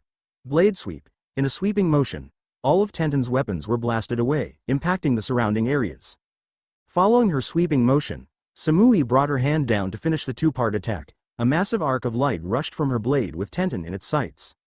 Air Palm's barrage. Several gusts of wind impacted her attack until it was nothing. Samui looked to see Neji and Lee standing in front of Tenten. Hand over your scroll or die, Neji said with no shy bits of hatred. Samui saw she was at a disadvantage in this situation and decided to pull the scroll from her large cleavage, making Lee blush in the process. She rolled it on the ground before slowly moving towards her two knocked-out teammates. Samui said nothing and just jumped into the trees without looking back. Next day Team 7 was jumping through the trees in silence as Naruto briefed them on what he had come up with, which meant they were on the hunt to pick off a weak team, while also having their backup plan of knocking off Team 10. There was a growl that escaped Sasuke's stomach, gaining looks from both his teammates. Princes didn't get their 5-star breakfast. Naruto gave a teasing grin to his friend. Shut up, I am getting kind of hungry as well, we should find something to eat. Sakura rubbed at her stomach, feeling the lack of food take its toll on her body. Well, if you see any animal that doesn't look ready to eat us, go after it, Naruto said. In the meantime, let's keep our eyes open and senses sharp. I don't want to get ambushed. Who made you team leader? Even though Naruto was smarter now and not a complete dumbass, the thought of being ordered around by him left a nasty taste in his mouth. Sakura did. What? Sakura, you went along with this? Sasuke turned his wide eyes to his pink-haired teammate. Huh, no, he's lying, Sasuke-kun. I'd never. She then hit Naruto upside the head. Don't go putting words in my mouth, idiot. Glaring angrily at Naruto, who rubbed his head. Whatever, don't make me tell Sasuke what you were mumbling in your sleep. Oh Sasuke-kun. I am a good kitten. Naruto laughed loudly at the blushing face of Sakura and Sasuke, who had turned his head away. I did not say that. HMPH, whatever helps you sleep at night. Their joking was cut short as a cut opened up on Naruto's cheek. They all stopped on a branch and wondered where it came from. All of a sudden, their section of the forest began to rumble. All of a sudden a whistle could be heard and the team was greeted by winds they had never experienced as it managed to blow Naruto completely away. No. Naruto. Sakura yelled in panic as she quickly became worried for the safety of her close friend. As Naruto became stuck in a tree from the force of that wind jutsu he was hit with. Damn it. It's just one thing after another in here. He pulled himself from the tree with great effort. Then, the ground underneath him cracked, and up came a giant snake that ate him whole. The snake swallowed and slithered away quickly through the jungle of trees. Its mission was to draw the Uzumaki away or eliminate him. Inside the stomach of the beast, Naruto was tossed around and began to get angry. With a rage-filled yell, he summoned an army of shadow clones with the mission of stuffing the snake's mouth full. As expected, the snake needed to spit and so came out all the clones of Naruto, while inside the snake, Naruto also took the liberty of leaving behind some paper bombs as a goodbye gift. With the snake gone and him out of its stomach, Naruto looked towards the direction he figured he came from. Shadow clone jutsu. Clones puffed into existence. Spread out and find them. Dispel when you do. Yes, boss. The clones said before rushing off to do their job. Now, what to do in the meantime? Naruto expanded his senses hoping to find something. Then he felt a familiar signature chakra. Seems luck is on my side. I'll take the scroll before the clones find my team. Naruto leapt into the trees and took off in the direction of Team 10. Ino shivered. Guys, I just got a bad feeling about something. Like what? Choji said, stuffing his face with chips. Like someone is after us, Shikamaru said with steel in his eyes for once. Yay, how did you know? Ino asked curiously. Because I felt it too. Something is definitely about to happen and we need to be ready.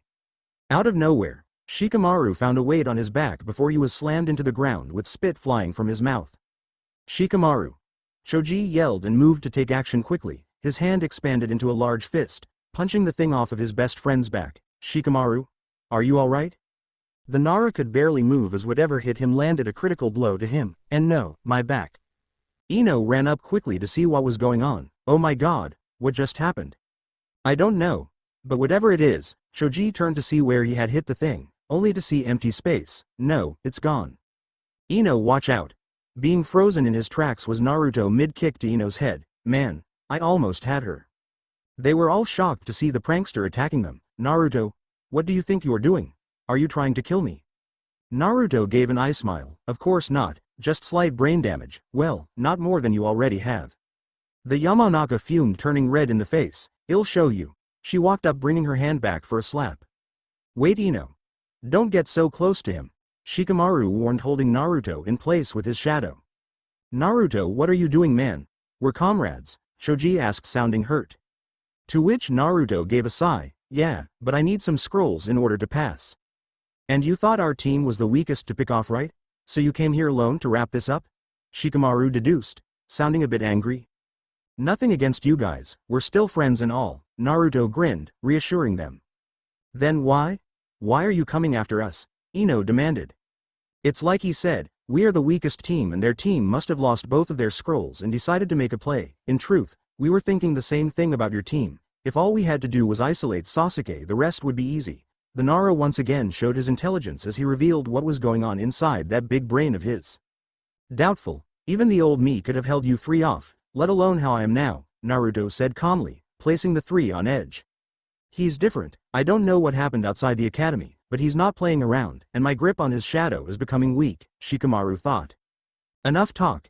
You guys will still have 4 days to find a scroll after this. Naruto's chakra spiked and the shadow on his feet loosened before snapping off and allowing him movement. Choji, knock him away. Hearing Shikamaru's order, Choji sent both of his fists out to attack Naruto. Expansion Jutsu. Quickly using a jutsu he was becoming familiar with, Naruto sent Beast Wave Gale Palm to grab both of Choji's arms before throwing him with great force into a tree. Damn. Shikamaru turned and ran but was slow due to the pain in his back. The Nara pulled out smoke bombs and threw them on the ground to blind the blonde. Where are you going? Shikamaru was punched across the face as Naruto spotted him through the smoke. He bounced across the ground as the strength behind the blow was enough to cause his vision to cloud over in darkness.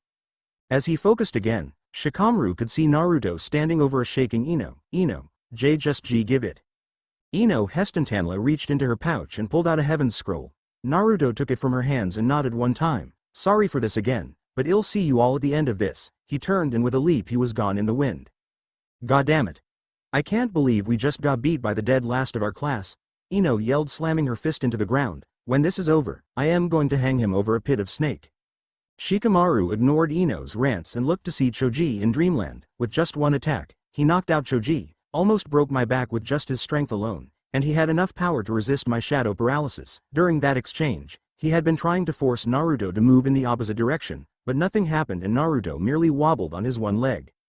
Sasuke stared at his executioner, who licked their lips with a face-splitting grin. Sakura was next to him, trying to help the best way she could. Some grass ninja appeared on a snake's head shortly after blasting Naruto away. So they fought for Naruto and to gain a scroll from this single individual. It was a fight that soon turned into a fight for survival quickly. Even after barely landing attacks on this woman, their attacks did nothing and only caused them to move faster and punch stronger. I don't get it. Why is someone so strong still only a genin? Sasuke turned to look at Sakura, who was breathing heavily. You retreat and find Naruto. I will hold her off while you escape. No, Sakura didn't even look at him and kept her unflinching eyes on the opposing ninja in front of them. Her response was quick and her mind was already made up. That would be suicide on your part for sure. You can hardly grip your kunai straight. Sasuke turned and cursed his trembling arm. Sakura knew this because her arm shook openly for the ninja to see. Even with Sasuke's newly obtained double Tomo Sharingan, he was still being pushed, even taking in his power-up. What's the next move? Falling leaves? The female mockingly asked them, tilting their head. Sakura, we need to trap her somehow and let me hit her with my most powerful jutsu. You think he's going to let that happen? I don't know why she's here, but it definitely isn't because of the scroll. This whole time she's been restricting herself from hitting us with everything. Blows I know can be fatal are just bruised or cracked bones. So she's looking for something, maybe looking for you. Orochimaru was impressed that the kids could bounce ideas off each other like that and come up with the right answer. From what had seen so far, Orochimaru was impressed and content that Sasuke could serve as his vessel. Though his eyes were not yet ripe, he still had a lot of growing left to do. Under his teaching, Sasuke would grow to be big and strong, maturing his eyes to a point he thought satisfactory, until Sasuke had surpassed his older brother and his unimaginably powerful Mangekyo Sharingan. It's like Kakashi said, shinobi from other villages take powerful shinobi and study their bodies. Sasuke narrowed his eyes dangerously at the woman chuckling in front of him. The other villages would love to take his eyes and use them for their own goals. The world was like that, people operating to suit their own gain. So she's after your Sharingan, Sakura concluded. She moved closer to Sasuke to stand next to him with the unsaid message. Okay, so I just need to protect you then? HMPH. Sasuke couldn't get the smirk on his face to go away. He felt touched and appreciated her actions. Let's go. Sakura moved off first. Sasuke followed behind, feeling invigorated as his bond with Sakura grew and forced them to fight harder than they had before. Sakura winced as she reached for her left arm. It was sore and felt like it was ready to fall off at any moment. However, this pain was nothing compared to the pain in her heart, as laying next to her she could see Sasuke trapped in agonizing pain. He groaned in agony on the ground. Currently, he was unconscious after being bitten by the revealed Orochimaru of the Sannin. They had lost from the start by fighting that man. Not even their sensei Kakashi, the strongest Junin, would be a match for the cage-level shinobi. Another loss, Sakura muttered under her breath. She clenched her fist and almost growled at the rage she was filling her heart. The girl was tired of losing and being weak. That was why she was training so hard. To prove she wasn't holding the team back and that she could be something better, Sakura wanted to become a better version of herself, so she couldn't sleep. However, right now she had to put her anger on hold and tend to Sasuke. Naruto, get back here soon. She needed the blonde's strength and leadership. Her heart went out to him as well. She hoped he was okay. Outside, Sakura felt 3 foreign chakra signatures appear. She also heard the sound of her traps going off. No doubt about it, trouble was headed her way. Sakura looked outside to see 3 ninjas wearing the headband for the Sound Village. The one hunched over and covered in bandages, only showing his eyes, spoke first. Some lookout you turned out to be. You look ready to drop. He mocked her and swung his arms as if they were limp. What do you 3 want? Sakura grabbed a kunai from her pouch and fell into guard. Wake up the Uchiha. We want to fight him, he ordered as he finished with a chuckle. Sakura scowled. Another person here for Sasuke.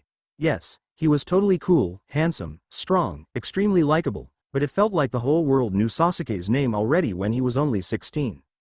I know Orochimaru ordered you all to get here. Does it have anything to do with this mark on his neck? And why are you waiting till now? Were you too scared to fight us beforehand? Sakura scowled as the 3 in front of her must have thought she wouldn't fight back. Mark. I hope she doesn't mean a curse mark, but why would Orochimaru order us to kill the last Uchiha if he wants him? Dosu's mind started being wrapped up in itself as he wondered what was going on. You think we are scared of a weak little girl like you? Their sole female with black hair yelled. Yeah. You're just lucky we didn't find you sooner. A spiky-haired boy matched his teammate's energy. If you want my teammate, you will have to take him over my dead body, Sakura declared and readied to fight. She pulled out a small pill from her pouch and quickly swallowed it.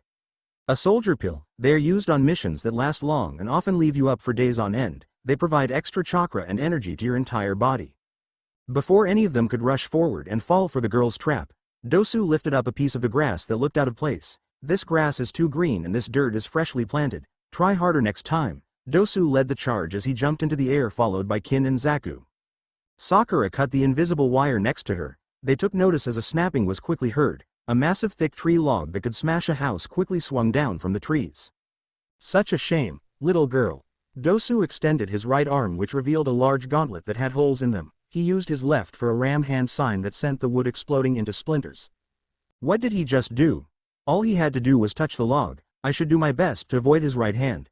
Sakura acted quickly and jetted through hand signs and was about to finish her jutsu.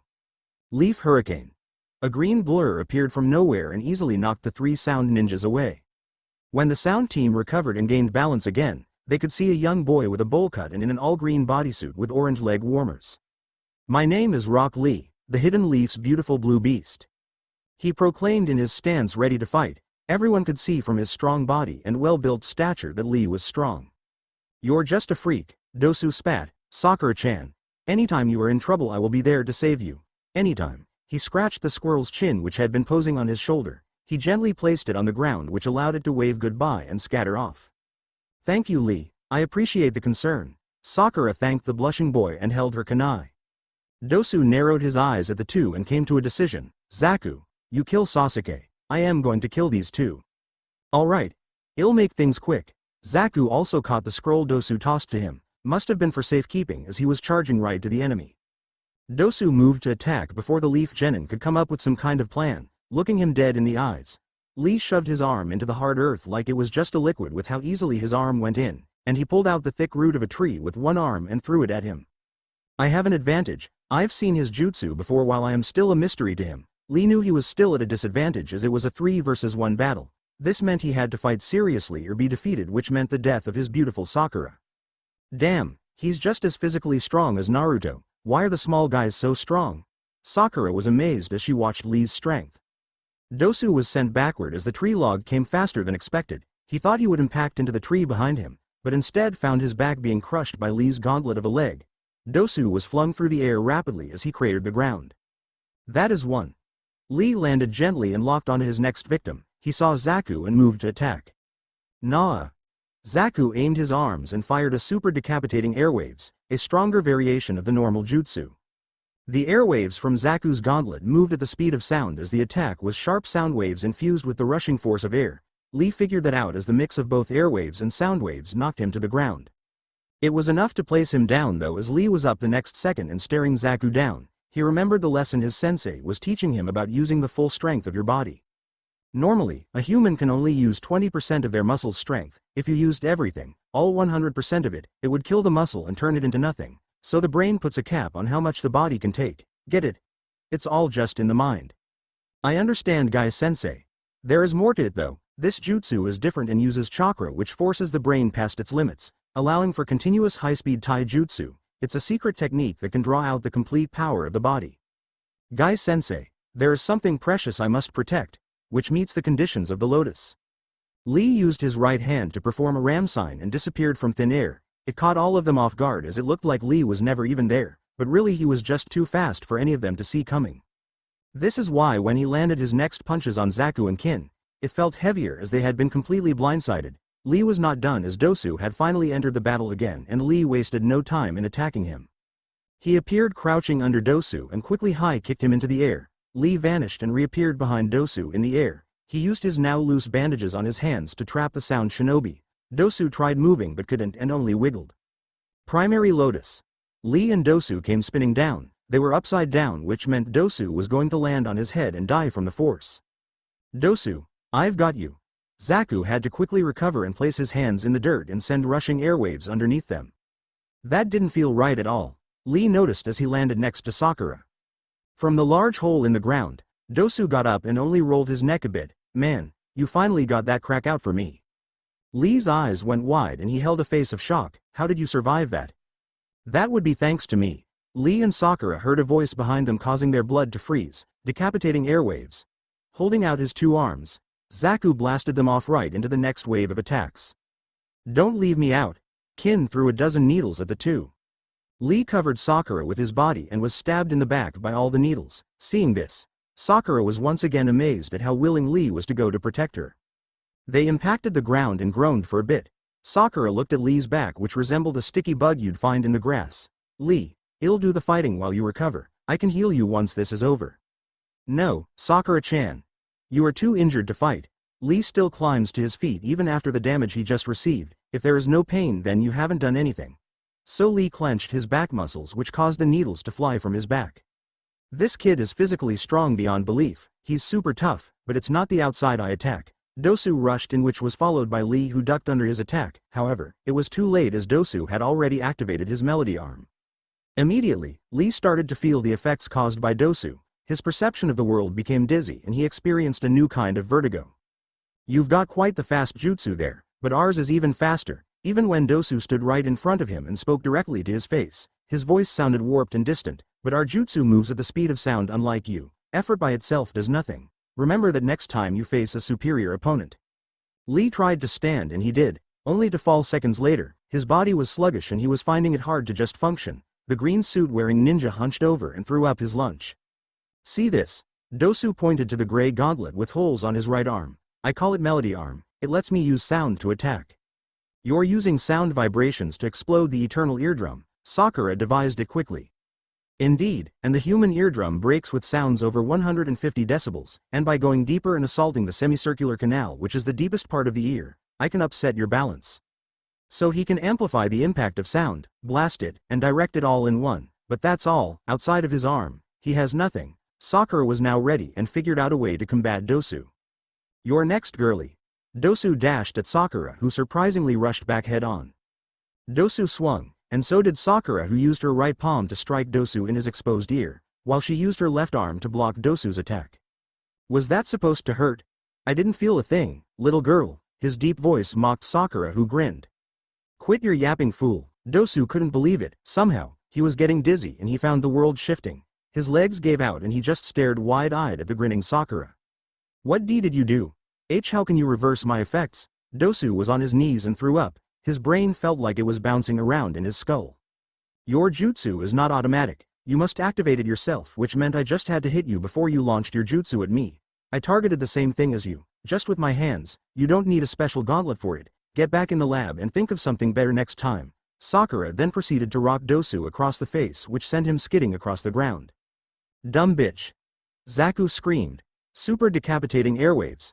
Sakura had no hope of dodging as she wasn't able to move that fast. She was barely able to stay on her feet as the strong gust pushed her further and further back. Kin appeared behind Sakura and took a handful of Sakura's hair and began to vigorously pull. Such pretty hair you have, Pinky. Lee stumbled to his feet and moved in to defend Sakura. Leaf Hurricane. The attack was pathetic as Lee completely missed and ended up hitting nothing. This ended up using his strength, which caused him to slump on the ground. Zaku. Hurry up and go kill that Uchiha, Kin yelled to her teammate. Already on it. Zaku yelled at Sasuke. No, Sakura was about to move when Kin yanked Sakura's hair right into her knee. Don't move, just watch. Kin gave a cruel smile as she whispered in Sakura's ear. Watch as you are powerless to do anything. Sakura felt her eyes sting, but she refused to cry. She didn't want them to feel like they won. She had trained to catch up to her two powerhouse teammates. It was killing her. This feeling. It must be what Sasuke felt like the night his family was killed. She hated it. Sakura clenched her fist in the dirt and grit her teeth. I am not going to be weak anymore. Everyone saving me. I'll protect you all this time. I am strong. I am the spark that brought light to the universe. Sakura pulled a kunai and cut the hair Kin was holding onto, shocking the girl for a moment. Sakura used this to her advantage and decided to strike while she still could. Most ninjas use chakra to amp their bodies for greater effects during battle. Tsunade uses this the best, allowing her to go even further and destroy mountains with just her fist. This is done by channeling chakra at the point of impact and releasing it upon hit, but it needs to be perfect, in order to bring out everything. Sakura's right fist found its home on Kin's jaw, who didn't even have time to feel the pain as she was knocked out on contact. The force caused the air to tremble and no doubt shattered Kin's jaw completely. The hell? All Zaku saw was Kin being flung several feet away into the forest. He turned and saw Sakura running at him with clear intent to deliver the same treatment Kin received. See, calm down. Zaku released a blast of air from his palms toward Sakura, who was further cut. However, her position was replaced by a log indicating the use of substitution jutsu. This happened 3 more times as Zaku was fooled by the jutsu right after another, so with this next blast, he didn't even bother using much chakra as Sakura was going to use substitution jutsu. Though when the girl above him didn't move, Zaku widened his eyes in fear. Blood splashed on his cheek, which meant this was the real Sakura. Her fist was aimed back and ready to strike. A blow that would leave him in the same condition as Kin. Sound drill. Sakura was drilled in the side by a blast of sound, knocking her off track. Dosu didn't waste time and crashed his foot into Sakura's gut. Enough fooling around, it's time we put an end to all this. I agree. They all looked to the trees to see 2 figures watching from a large branch. It was a Hyuga and a girl with brown buns. Take your sorry excuse of a team and get lost. Neji crossed his arms and looked down on the weaklings. The Hyuga. Dosu felt nervous now. If Neji and this other girl decided to jump in and fight him and a weak Zaku, it would not be easy and they might die. Are you the ones who did that to Lee? The girl asked, glaring. He just got in the way. Dosu then felt his cheek be cut and saw blood drop to his feet. A kunai rested at his feet with his fresh blood dripping down the weapon. Quickly and suddenly, everyone felt an evil chakra creep into the field. They all looked to see Sasuke standing as a murky dark purple wisp of chakra floated off his body like steam. They all felt their bodies tremble with raw primal fear as a monster had risen from its slumber. Sakura trembled vigorously as she saw burning marks spread from Sasuke's neck all the way down to his left hand. Sasuke raised his head and took notice of everything going on as his blazing scarlet Sharingan gazed around with a sharp understanding.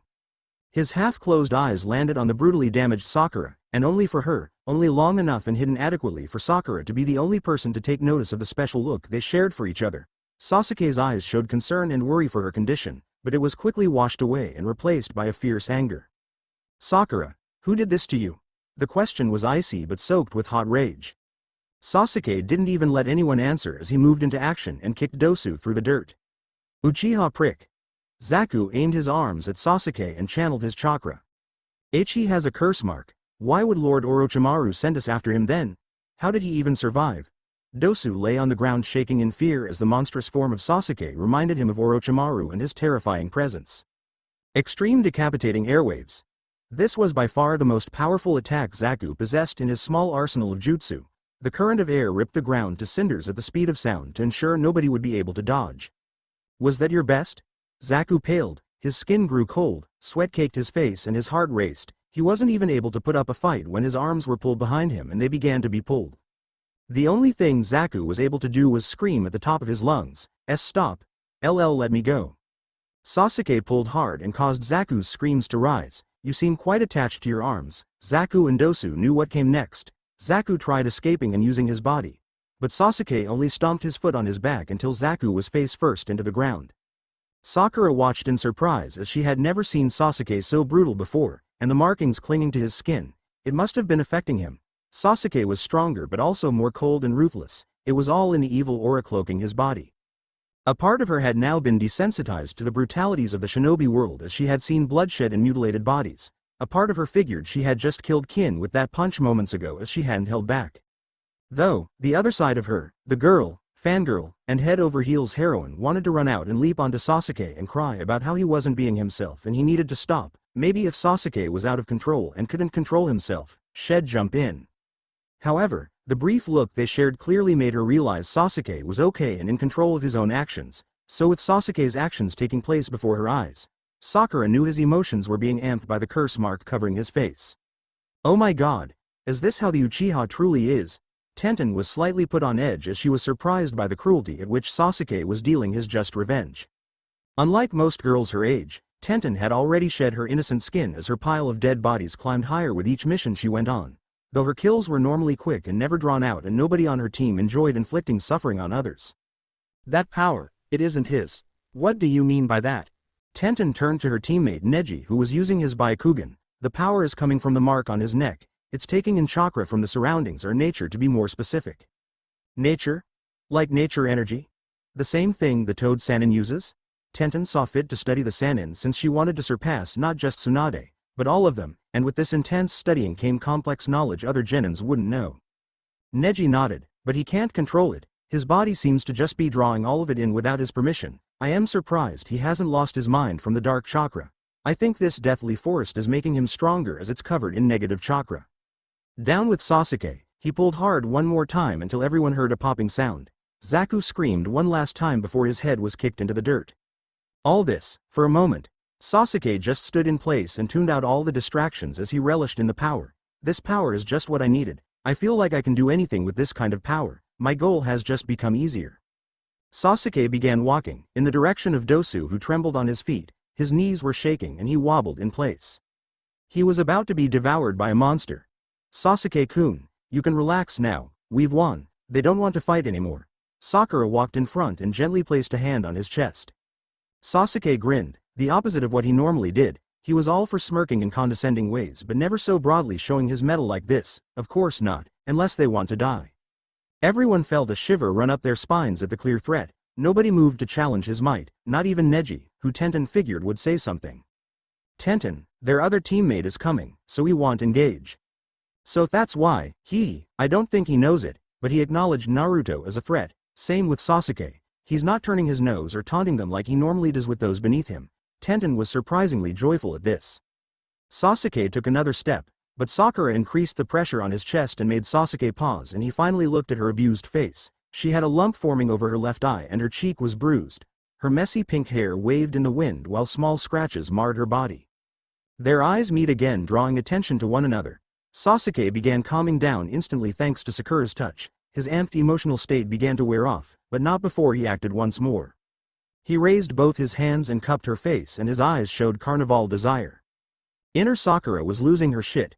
Sasuke let the mark fade back into his shoulder and everything about him returned back to normal. His hazed-over expression was now back to its placid visage. "Are you okay now?" "Yeah, I don't have a clear picture of all this, but I am gonna get out while I still can." Dosu threw up his hands in surrender. "Hey, I give. Let's make a deal, shall we? I'll give you our scroll and you let me and my team go." "Get lost. Next time you won't be walking away," Sasuke glared, getting back to his feet to remain an image of strength. Dosu laid his scroll on the ground slowly so as to not provoke any hidden rage. He then moved to Kin, who had unfortunately been killed. This meant they failed this part of the exam and could not go on any further. It didn't matter anyway. He just grabbed Zaku and walked away with his head down. Sakura then moved her head and looked at Team 10 still waiting in the trees. "And what do you two want?" Tenten jumped down. "We're just going to collect our lost teammate." For a reason unknown to Sakura, Tenten was carrying a large expectant smile. It made her look really beautiful with how her cheeks lit up with a healthy fit of life and sparkling brown eyes. Tenten collected Lee and vigorously shook him awake from his catnap. It seemed to work as Lee blinked a couple of times before groggily speaking. "Tenten? Is that you?" Lee reached out and began poking her face. "Yes, now stop poking me." Annoyed, she moved Lee's hands from her face. "What happened to the sound ninja?" He looked around and only saw the remains of their battle. Sasuke drove them off. Tenten looked at the Uchiha who was glancing at his own hands and slightly shaking. That power must have left his body in shock. "We could easily take them out now, just me and Neji." "That's amazing, not even I could do that. Why did you hold back so much against that team anyway, Lee? They should have done so much damage to you." Tenten pulled the teen up who stumbled for a brief moment. "You told me it's best not to lay out all your moves in the first battle," Lee said. "Yeah, but if you're about to be killed it's best to just use everything you have." Before Lee could answer back, the ground began to tremble and it only picked up, placing everyone on edge as the vibrations rumbled the forest. Quahahaha. Boisterous laughter came from the forest, causing the two members of Team 7 and Tenten to smile knowingly, but the odd thing about the laughter was that it didn't come from just one person. Rushing from the tree line was a blonde army of Naruto clones who were all dirty from the woods. They didn't have time to ask questions as a monstrous-sized bull larger than buildings came rushing from the trees after Naruto. "Olé!" Naruto was on top of the bull and backflipped off it, landing on the ground. "Come on, big bad." The bull blew smoke and charged directly at Naruto, who caught the bull by its horns and grinned. He performed a feat that left their mouths hung open. He picked the bull up with minimal effort and threw it hard into the trees. Naruto jumped and dropped like a falling comet onto the bull, which died from the impact of Naruto, who had cloaked his body in chakra for more power. Naruto turned to grin at everyone. "Who wants some protein?" "HMPH, that bull must have been fake. No way a shrimp like you could have done that. See this blood? Smell it? All real." Naruto moved to place his bloody hand in Sasuke's face. "And who you calling shrimp? I am way bigger than you are. If it helps you sleep better, wanna be put to sleep? Can you two just kiss already?" "Sakura, that's gay." Naruto turned and gave her a deadpan. Her brow twitched. "And here I was happy to see you." "Well, I am glad you guys are okay. I tried following your guys' chakra but my sensing skills still need a little work. I just barely felt Sasuke's chakra spike." Naruto grinned at his rival. "Man, you've gotten strong. I didn't know you had that kind of power inside you." "Yeah." Sasuke didn't meet Naruto's eyes as he recalled the feeling of that overwhelming power inside of him. "Naruto-kun." Tenten jumped on Naruto's back smiling. "Hey, I am glad you're okay." Naruto returned the expression as Tenten got off, still smiling. "Did you help out these two?" Tenten shook her head in the negative. "Lee did. We only just showed up." "Really? Thanks, Lee. It was my pleasure. I saw Sakura-chan in need and had to help her." Lee saluted. "Oh, Sakura-chan." Naruto's face grew into a devious grin. "Hey Sakura, I didn't know you had charmed Lee. Say, was he your knight in shining armor? Did he come in and swoop you off your feet?" Before Naruto could continue on, Sasuke stepped in to save Naruto from the clobbering he was about to get. "It doesn't matter. What does matter is this scroll I got." He's definitely jealous. Naruto and Tenten shared the same look and thought, causing both of them to chuckle together. "That's great, Sasuke, because I got a large supply of scrolls." Naruto pulled out a plain scroll. Release. Out came a healthy amount of scrolls. "Shadow clones go a long way. I was basically my own mini-village in the forest." no team stood a chance. Wow, Tenten's eyes lit up and she leaned up against Naruto and blinked her eyes cutely. Hey, Naruto-kun. Do you mind if I can have a scroll? I'd really appreciate it. I'll even make it up to you later? She put a blush on her face and felt along his arms while making direct eye contact. Naruto looked away and started stuttering. His boxers started getting tight, causing him to freak and blush. What the hell, Tenten? She's turning me on. Tenten internally grinned and knew she was about to win, so to wrap this up, she tilted her head and smiled cutely. Got him. Yeah, go right ahead. Lee looked confused and looked from Tenten to Naruto. Neji frowned. Pathetic. No way, Naruto. Sasuke sighed and shook his head. She made that look easy. Maybe I should try it on Sasuke. Thanks. Tenten leaned up and kissed Naruto on the cheek quickly. See you at the tower. Naruto blinked, still blushing, and felt his cheek. Need some lotion? Shut up. Naruto was knocked out of his stupor and sealed the scrolls back up. Let's just head to the tower. We don't need to spend another night here. Naruto left without waiting for the other three. Team 7 was making their way to the tower in the forest, prepared to hopefully make it. All 5 days had been used up and now it was the last day of this part. It didn't even feel like 5 days to them as their battles seemed almost instant. The sun was setting and the sky had already begun to bleed purple, casting a night shadow over the large forest. Their minds were a bit tired and so were their bodies. Well, Sakura and Sasuke's bodies were tired. Naruto was only barely feeling the effects. Sasuke was in the back checking their surroundings and making sure nobody was hiding in the trees. Sakura was in the middle placing a small distorting genjutsu over them. It wasn't extremely powerful and could be seen through by another stronger user of genjutsu, however, it did its job by making them invisible at first glance.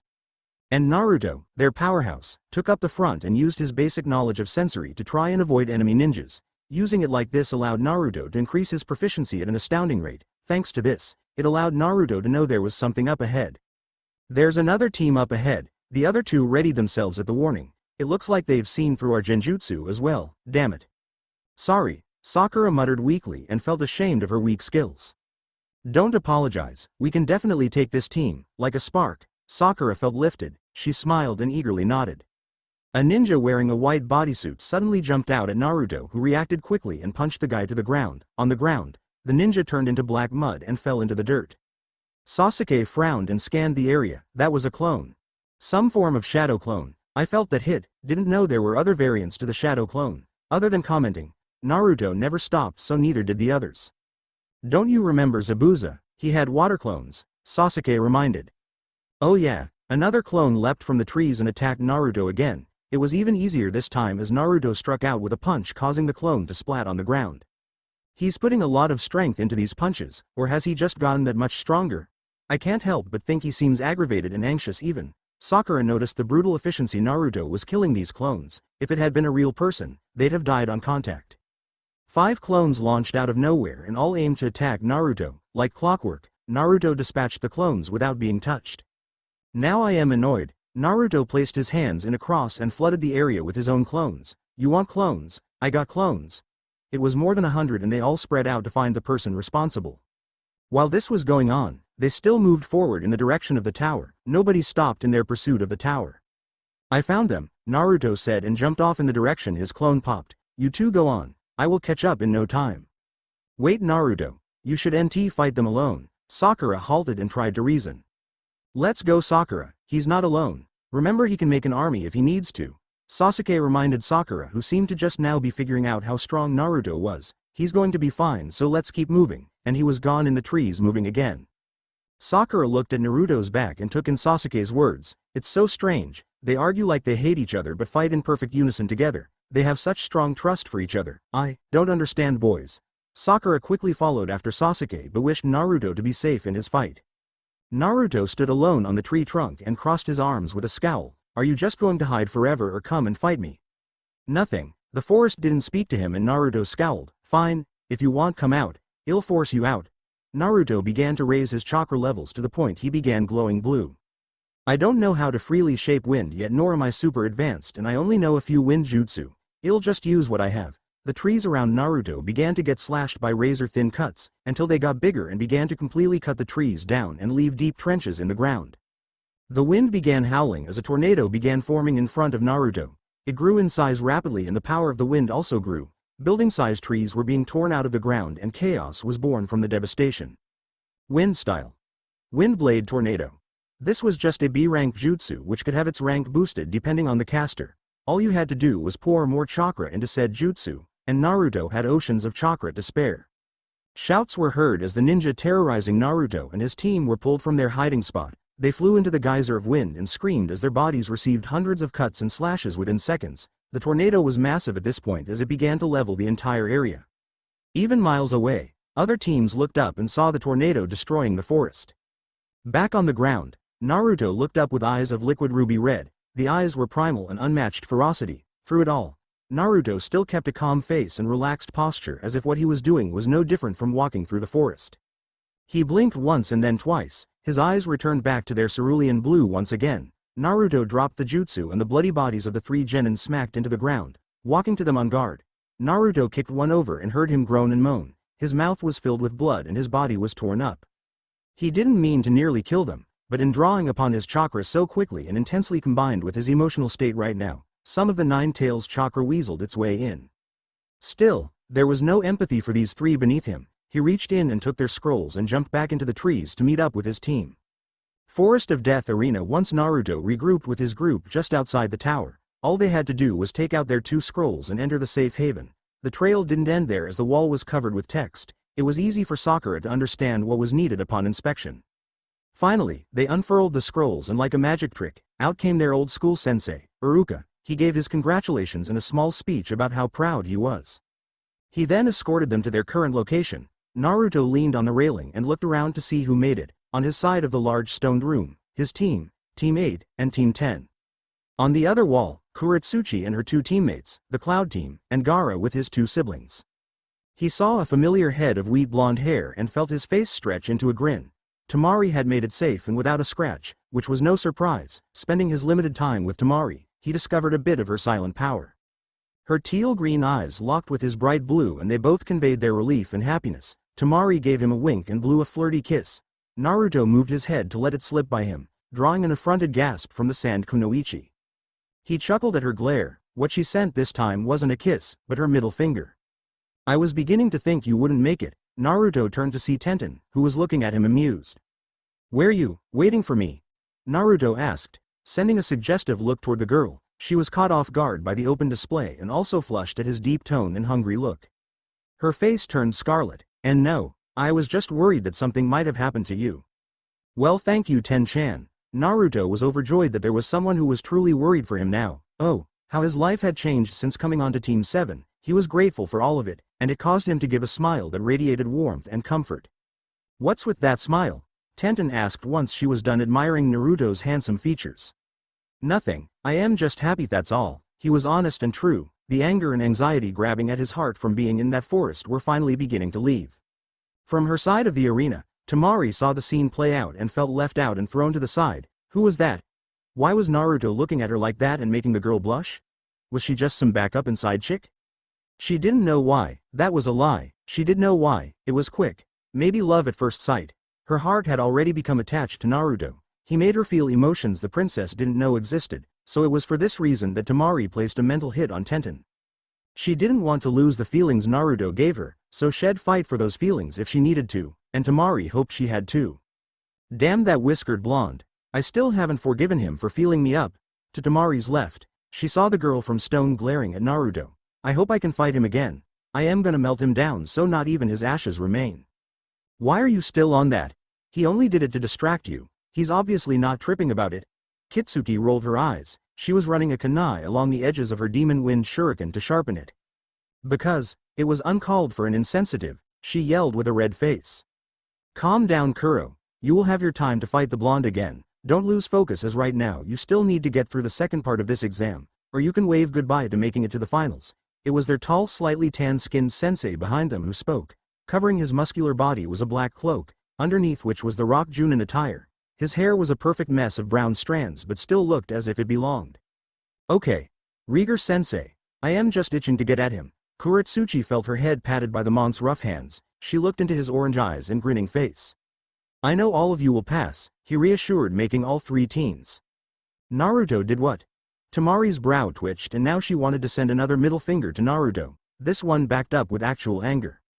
A couple of feet away, Samui and her teammates could be seen perfectly healthy and in top condition. Behind them was also their extremely tall sensei. He was massive with arms like tree trunks that were bare for the world to see his gains. His skin was caramel with long braided black hair. His Cloud Junin attire was made for him as it had no sleeves and the only thing protecting his skin was the white vest. He wore big baggy tattered black pants and sandals. Alright. Things are really about to get out of hand. Are you three ready? His deep voice was powerful and demanded obedience. Yes, Nando-sensei. All three of his students answered in unison. The giant screen on the wall lit up, drawing all their attention. The giant hands performing a hand sign slightly blocked their view. Alright, like I said earlier, there are too many of you, so we are going to trim the numbers down a bit. This screen will cycle through names at random, and if you are picked, proceed to the arena floor. After speaking for so long, the proctor coughed and patted his chest. Let's begin. Hayate yelled. The screen began flashing names at random, drawing all the genins' complete attention. Some were anxious, frightened, excited, or overall impassive, but they all shared one thing in common. The main goal was to win. The screen slowed down until it landed on just two names. Sasuke Uchiha versus Omoi. Starting off strong, I see, Kakashi said. He then patted Sasuke on the back. He leaned down to whisper into his ear, "Don't use your Sharingan." Sasuke went stiff like a plank. How did Kakashi know? Of course he did. Kakashi was the strongest Junin in the village. Something like this obviously wasn't going to escape his eagle eye. This curse mark, it draws on my chakra, which means I shouldn't be using my chakra at all, but I needed to fight. I need my Sharingan to win. Sasuke rubbed at his shoulder and stared down at the dark-skinned team waiting for him in the ring with a bored look. So be it. I'll try to not use it. We've been doing intense physical training. I am no Naruto, but I should be able to do damage with just my body. Good luck, Sasuke-kun. Sakura clamped her hands together and cheered. He didn't look at her and focused on finding ways to win. Just when he was about to leap over, his arm was grabbed tight, shifting his eyes. Sasuke saw Naruto giving him a rather serious and, to be honest, chilling look. It was a look that didn't belong on Naruto's face. It was out of place. You better win. I am the only one who can beat you. Naruto's voice was low and frigid. Sasuke felt his intent through their bond. They were close, but even he had never seen this look on Naruto. Did beating him mean more to Naruto than he was led to believe? Returning the look, Sasuke smirked in anticipation and amusement. Don't worry, Naruto. I want to fight you too, and I'll prove to you that I am better. Yeah, well, see. Naruto let him go and a more fitting expression rested on his face. Just don't embarrass us. Sasuke flipped down and landed perfectly. He walked up to Omoi until the other ninja was only 10 feet away. Omoi's black eyes landed on his onyx eyes. You two ready? Is it okay if I quit? This surprised the both of them. Sasuke wondered if the stars aligned and his clan had risen from the dead. Was he just going to get a pass? You can if you want. Omoi, if you quit I am actually going to kill you. Karui yelled at him from the railings. She looked ready to leap over as lighting was already jumping from her skin. Fine. But what if I die and this sparks a chain reaction of mass murder, which might lead to my team dying in the bloody war going to take place, which would cause our village to retaliate with a war causing the entire world to burn as it's brought to chaos, and the aliens watching decide we are a lost cause and they destroy Earth with a giant laser? Are you going to fight? To stop all of that from happening? Hayate asked with a deadpan. Yes, I will. Omoi took hold of the red-handled katana on his back. Are you ready? He asked Sasuke this time. Yeah, jumping back before he gave the go. Begin. Even before Hayate had declared that, Sasuke was already retreating to keep his distance, which gave him time to pick up on key features that might allow him to win. In the seconds it took Omoi to pull his sword and run toward him, Sasuke saw that his speed as it was now wasn't too impressive. His overall form and guard weren't anything too troubling either, and most importantly, he was able to stick a hand in his pouch and get a guess on what he had to work with. It caused him to grin. This was winnable without a doubt. Withdrawing a kunai just in time, Sasuke parried and blocked the attacks of Omoi. Sasuke used his agility to his advantage as he would slip out of the way suffering no damage, or parry and unleash an attack of his own. The clanging of metal filled the arena as Sasuke and Omoi fought with their weapons. Sparks flew and shallow cuts found their way on both of their bodies as their exchange of blows continued. Yeah, he's no Zabuza. His sword kenjutsu is something I can easily adapt to. Sasuke thought to himself in joy. He took out another kunai and held it like menacing daggers. Instead of displaying an even match, the scale began to tip in Sasuke's favor. Everyone saw as Sasuke moved quickly and precisely. He struck like an attacking snake and cut Omoi open along his left shoulder, drawing real leaking blood. Sasuke was relentless though. He gave no room for Omoi to breathe, let alone think of a strategy. Since Sasuke's weapons were lighter, he could attack quicker and he used that to his full advantage. Dashing forward with a lunge-like stab, Sasuke was parried to the side, leaving his back open for attack. Omoi saw and moved to capitalize. That was until he saw the spinning kunai Sasuke had left in the air. It wasn't just a spinning kunai, it was an explosive kunai. Omoi's hair stood on end as he saw every piece of the paper sizzle away. It exploded powerfully, blowing chunks in the stone underneath their feet. Wow, Sasuke sure is doing great. Sakura was ecstatic as she spoke with a smile. He looks good with those kunai, perhaps he should pick up a blade, Naruto added, but that other guy was good too. He only suffered one real hit and that kunai trick was nice, but I know it didn't work. Kakashi watched, but had nothing to say. He was content to see how Sasuke would fare without his Sharingan. I could beat the both of them in Kenjutsu alone. Tenten felt proud of herself. To have such an edge on the famed and worshipped Uchiha was a nice comfort to her. HMPH, petty tricks, Neji murmured. Come on Omoi. Stop being a pussy and fight. You are better than him. Karui roared from the stands. Oh yeah, that will motivate him. Samui droned on. She rolled her shoulders a bit and took some breaths. Come on Omoi, don't disappoint the cloud. Even her cheers were ice cold like her expression. Haha. No way he's losing to this Uchiha. We beat his ass in the forest. Kuretsuchi laughed mockingly, like a hyena laughing at injured prey. You shut up bitch, or I'll cut your ugly face to pieces. As if your blade could reach me, weakling, she laughed more, almost causing Karui to rush over and fight. Ouch. Corresponding ouches rang as both girls suffered chops to the head. Their sensei delivered their punishments at the same time. The girls were picked up by the back of their necks like kittens and placed opposite of each other, out of sight. Omoi panted. His clothes had burn marks on them and he still had to pat down some of the burning clothing. He had managed to avoid the blast but not before taking some damage. Omoi also felt the cut on his left shoulder alert him to the damage. A bigger issue than I thought. He's been aiming for my shoulder joints or wrist. He's trying to stop me from using my sword. Omoi saw the dust clear and looked at Sasuke, sizing him up with a cold calculative expression. The Uchiha is good, but I've felt no chakra come from his body at all, and he isn't using his Sharingan. Does he think I am unworthy? Bastard, I'll show him. Omoi stood to his feet and fell into stance again. His arms shook slightly and apprehension along with anxiety began clawing at his throat. Lighting sparked off his blade before crawling up the weapon to cover his body. I can win. Sasuke's eyes widened as Omoi blitzed past him and opened up a cut along his cheek. Sasuke turned and barely had time to block the sword strike aimed toward the left side of his body. Omoi crashed into him like a chagrin rhino which blew Sasuke back several feet. Sasuke bounced on the ground and flipped out of the way of Omoi's fallen strike, then another and another. Sasuke was being pushed back severely. He winced as Omoi was getting clear cuts on his body and if things kept up, he'd lose. Ninja art. Talifan. Omoi jumped up and came spinning down, turning into a sparking spinning death wheel. Sasuke dove out of the way and avoided the attack, however, he wasn't prepared for the second attack Omoi threw. Lighting burst. The blue lighting rushed out in all directions at an alarming pace. Sasuke had no hope of dodging and was shocked by the pain. Sasuke's scream filled the arena as Omoi held the jutsu and shocked Sasuke on repeat. Come on Sasuke-kun. Get out of there, Sakura yelled in worry. Naruto bent the railing from how hard he was gripping it. He looked worried for his friend to escape and pull off a victory. It's just a light shock Sasuke endured. Kakashi looked on not as worried, but still a little anxious. Yao Omoi. Cook him. Cool. Sasuke grit his teeth and stared at Omoi. In the back of his mind, he could feel a dark presence. It was beckoning him, just begging for him to draw on the power. I want use it. Though these were his words, a black flame-like pattern spread from Sasuke's neck. It was instant. Sasuke was screaming in pain 1 second and the next he was silent. Everyone in the room felt the change as Sasuke unleashed a killer amount of chakra that washed over the room. The lighting jutsu was blasted away like it didn't exist. Sasuke's head slowly rose and he peered through his black bangs at Omoi. The look was downright murderous and just oozing intent to kill. The Cloud Ninja flinched heavily as he even jumped back in a panic. Goosebumps ran up his entire body as he felt a bitter cold splash on his face. Sasuke, the young teen in front of him, was radiating such malevolent intent as his red eyes, dark and ruthless, burned holes in him.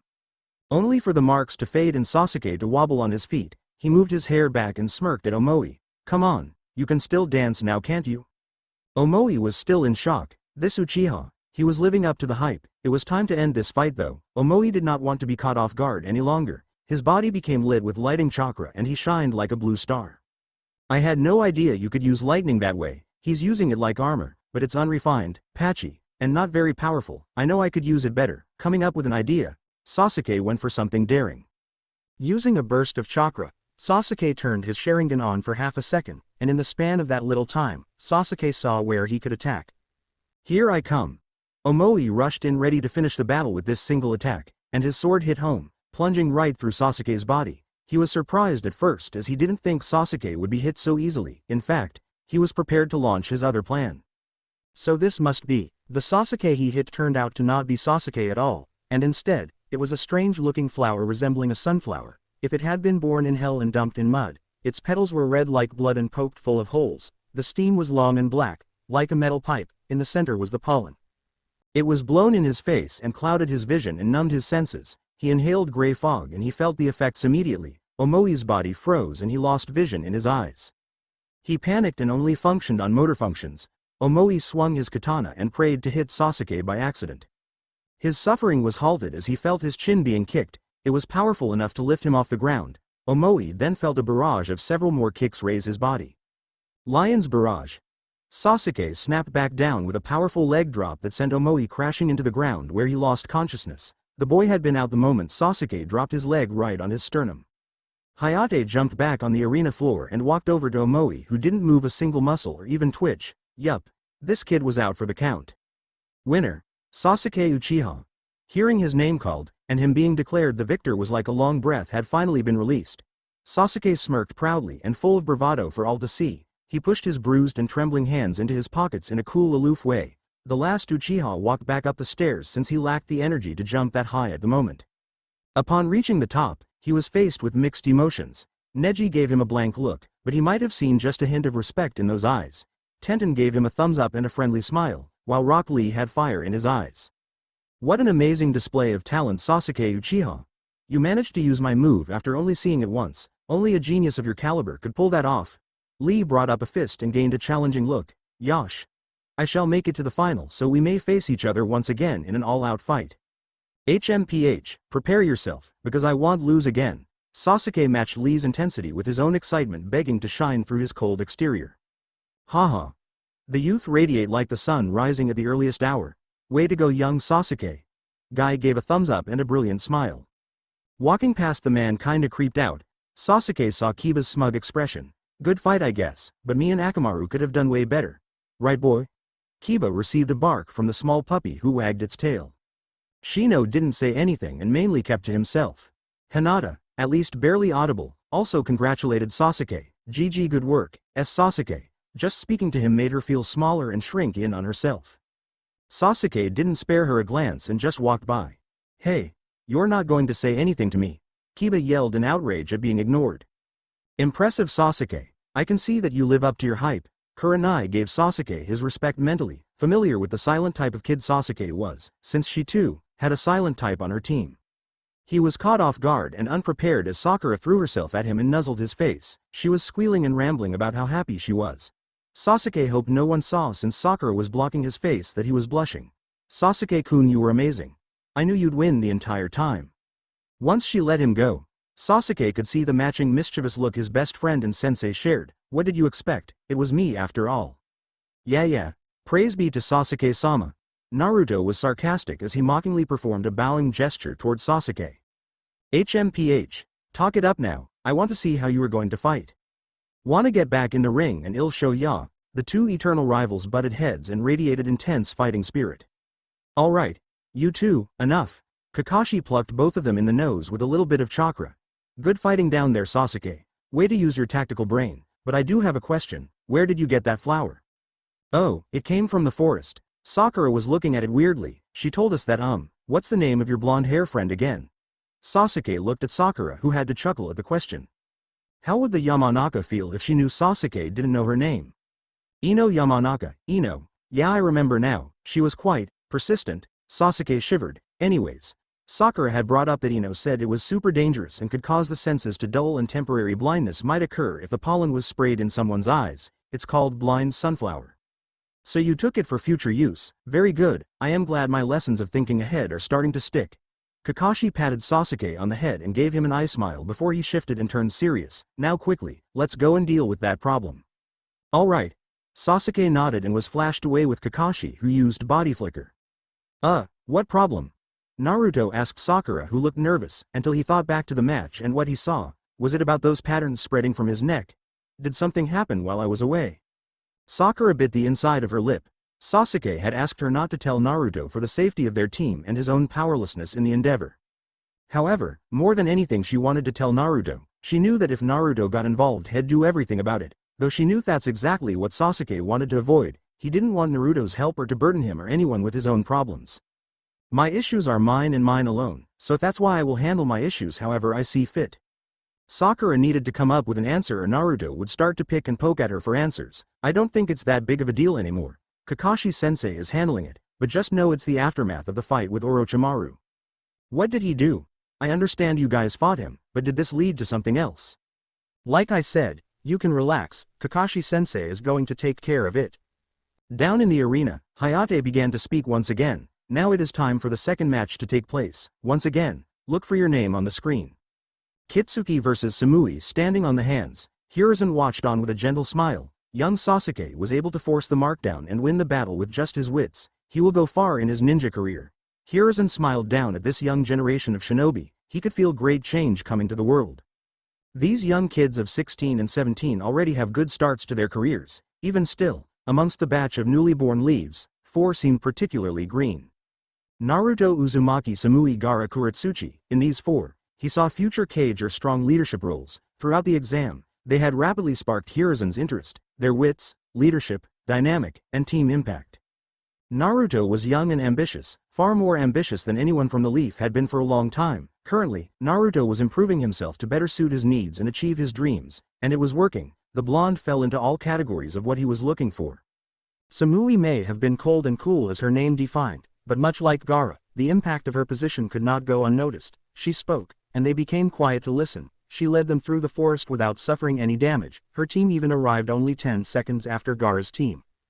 Gaara, yes, he was unstable and feared by his team. It was that aspect of fear that kept everyone in line. As a Kage, that fear needed to be submitted into the brain of your shinobi so they would remain loyal and obedient. All he needed to do now was cut back on his bloodlust, and open up a little more and the boy would be perfect. Kuretsuchi was a mirror image of Naruto. Dye her hair blonde and draw whisker marks on her face, and you'd have a twin of Naruto. The aged Hokage shuddered at that possibility. Kuretsuchi was ambitious, wild, and charismatic. A flaw of hers would be letting your emotions run your mind. But that was why these kids had a future, a bright one at that. The world was on the brink of turning into a new chapter, and it was a shame had not be alive to see it. All right, to the battle we go. Kitsuki leapt over the railing and dropped to the ground silently. Go and show them your power, kiddo, Rieger encouraged, smiling at the girl. Samui moved and walked down the stairs instead. Go and reclaim our dignity, Samui.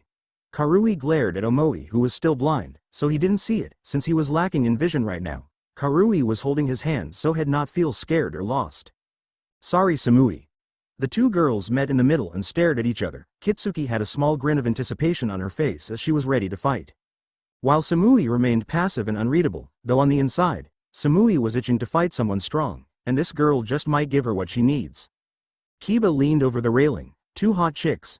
Rip her clothes off, Kiba yelled. Tackle her, Naruto yelled, getting excited for another reason. Are you two ready? Hayate asked. He received 2 nods of approval from the young Kunoichi. Then fight. Hayate faded back to his previous spot to watch. Samui was silent and pulled her katana from its sheath in one fluid motion. She lunged and went to end the match quickly with just one sword strike. Kitsuki reacted just in time to throw Samui off. Her demon wind shuriken clashed with the katana of Samui. The stone Kunoichi felt the power behind Samui's attack, and it was very powerful. It was almost too much for her to handle. They sprung into action and began to let orange sparks fly as their dominant battle carried them over the arena floor. Samui attacked with pinpoint accuracy and quick precision backed by hidden strength. The goal of this exchange was to bombard Kitsuki with relentless attacks that would leave her exhausted and on edge. Samui's blade arced down in unpredictable displays that left the audience stunned by the performance. I can't really judge how she's going to attack. This is my first time fighting someone using a sword. My other battles just give me enough experience to counter and protect myself from anything harming. Kitsuki continued to be pressed as she was forced to play defense as Samui's attack never seemed to finish. Samui attacked low and forced Kitsuki to defend low, seeing as Kitsuki had fallen victim to her setup. Samui sent chakra into her mouth. Lightning needle. The blue needle-shaped chakra spit out of Samui's mouth like spit. Kitsuki shifted her head in time to miss being shot straight through the head, but a cut opened above her left eyebrow which leaked a trail of blood. A fist slammed into her side as well, launching her back into the stone wall. AHK, my back. Kitsuki fell from the wall to her knees. The hair on the back of her neck stood firm and she looked up, just in time to see Samui clad in lightning just above her, ready to finish her. Kitsuki's hands and blood were already on the ground, so she didn't need to do much. The head of Red popped in front of her like a shield. He opened his mouth and breathed onto Samui, who was caught in it momentarily. She wasn't safe and her cloak wasn't developed enough to negate the damage. The flames burned her skin and battled the lightning around her body. Samui retreated momentarily to a safe distance. Samui patted the fire out and just bit back her grunts from the stings the fire would leave on her skin. This retreat, however, was Kitsuki's time to attack, and so she did.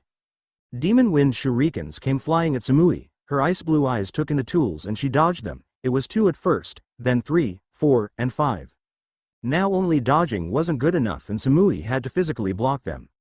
Ninja art. Massive demon wind shuriken jutsu. The ninja tools grew to proportional sizes and spun rapidly. The weapons were launched at Samui, who widened her eyes at the oncoming attack. Chakra burst. Samui used a jutsu of her creation. It was a simple move that anyone could master and use if they wanted to. The base of the technique was just channeling your chakra across your entire body to increase its capability temporarily in that short burst. With this increased movement, Samui was able to easily dodge. Quick as it came, the feeling was gone, and Samui took a deep breath to gather herself. How did you dodge? That should have hit you for sure. Kitsuki was left in shock and wonder. All she saw and felt was the burst of chakra from Samui's position. Did she launch some jutsu to allow her to escape? I am pretty fast, indeed you are. I wasn't holding back in that attack. I haven't since we started. I could sense how powerful you are. Kitsuki rolled another spare demon wind shuriken along her finger. She was showing Samui the courtesy of not holding anything back, unlike how she did in the forest with all the other genin. I never hold back, so you can take solace in your defeat to me. The future Raikage. Samui's body was wrapped in lighting again and she used the jutsu of the 4th Raikage, lightning armor. Samui's blonde hair began to spike up unruly. Their sensei Nando whistled, and this fight is over. Ah yeah, Samui. Kick her ass, Karui yelled. Man, she's so strong, we're going to need to train even harder just to keep up with her. Omoi, who could see again, started to shed tears at the future training. Hey, Nando. Looking over, the dark-skinned man saw Rieger looking at him. Is she being trained by the Raikage? Nando gave Rieger a smirk, not telling you, outsider. This answer caused the stone shinobi to feel dissatisfied, but he already knew the answer. Everyone did. Of course Samui was getting trained by the Raikage. How else would she know that jutsu? Should we be worried? The Raikage has already picked a successor. Perhaps his health is declining or he just wants to secure the future. No matter. Kuretsuchi is also being trained by our Tsuchikage. I wonder if the Hokage has picked another successor. It could be his son Asuma or Kakashi. Thoughts for a later time. Now he had to get ready to treat his students' soon-to-be wounds. Secret technique. Cold stab. Samui, bathed in lightning, moved forward faster than the naked eye could track. Her katana extended in a stabbing motion.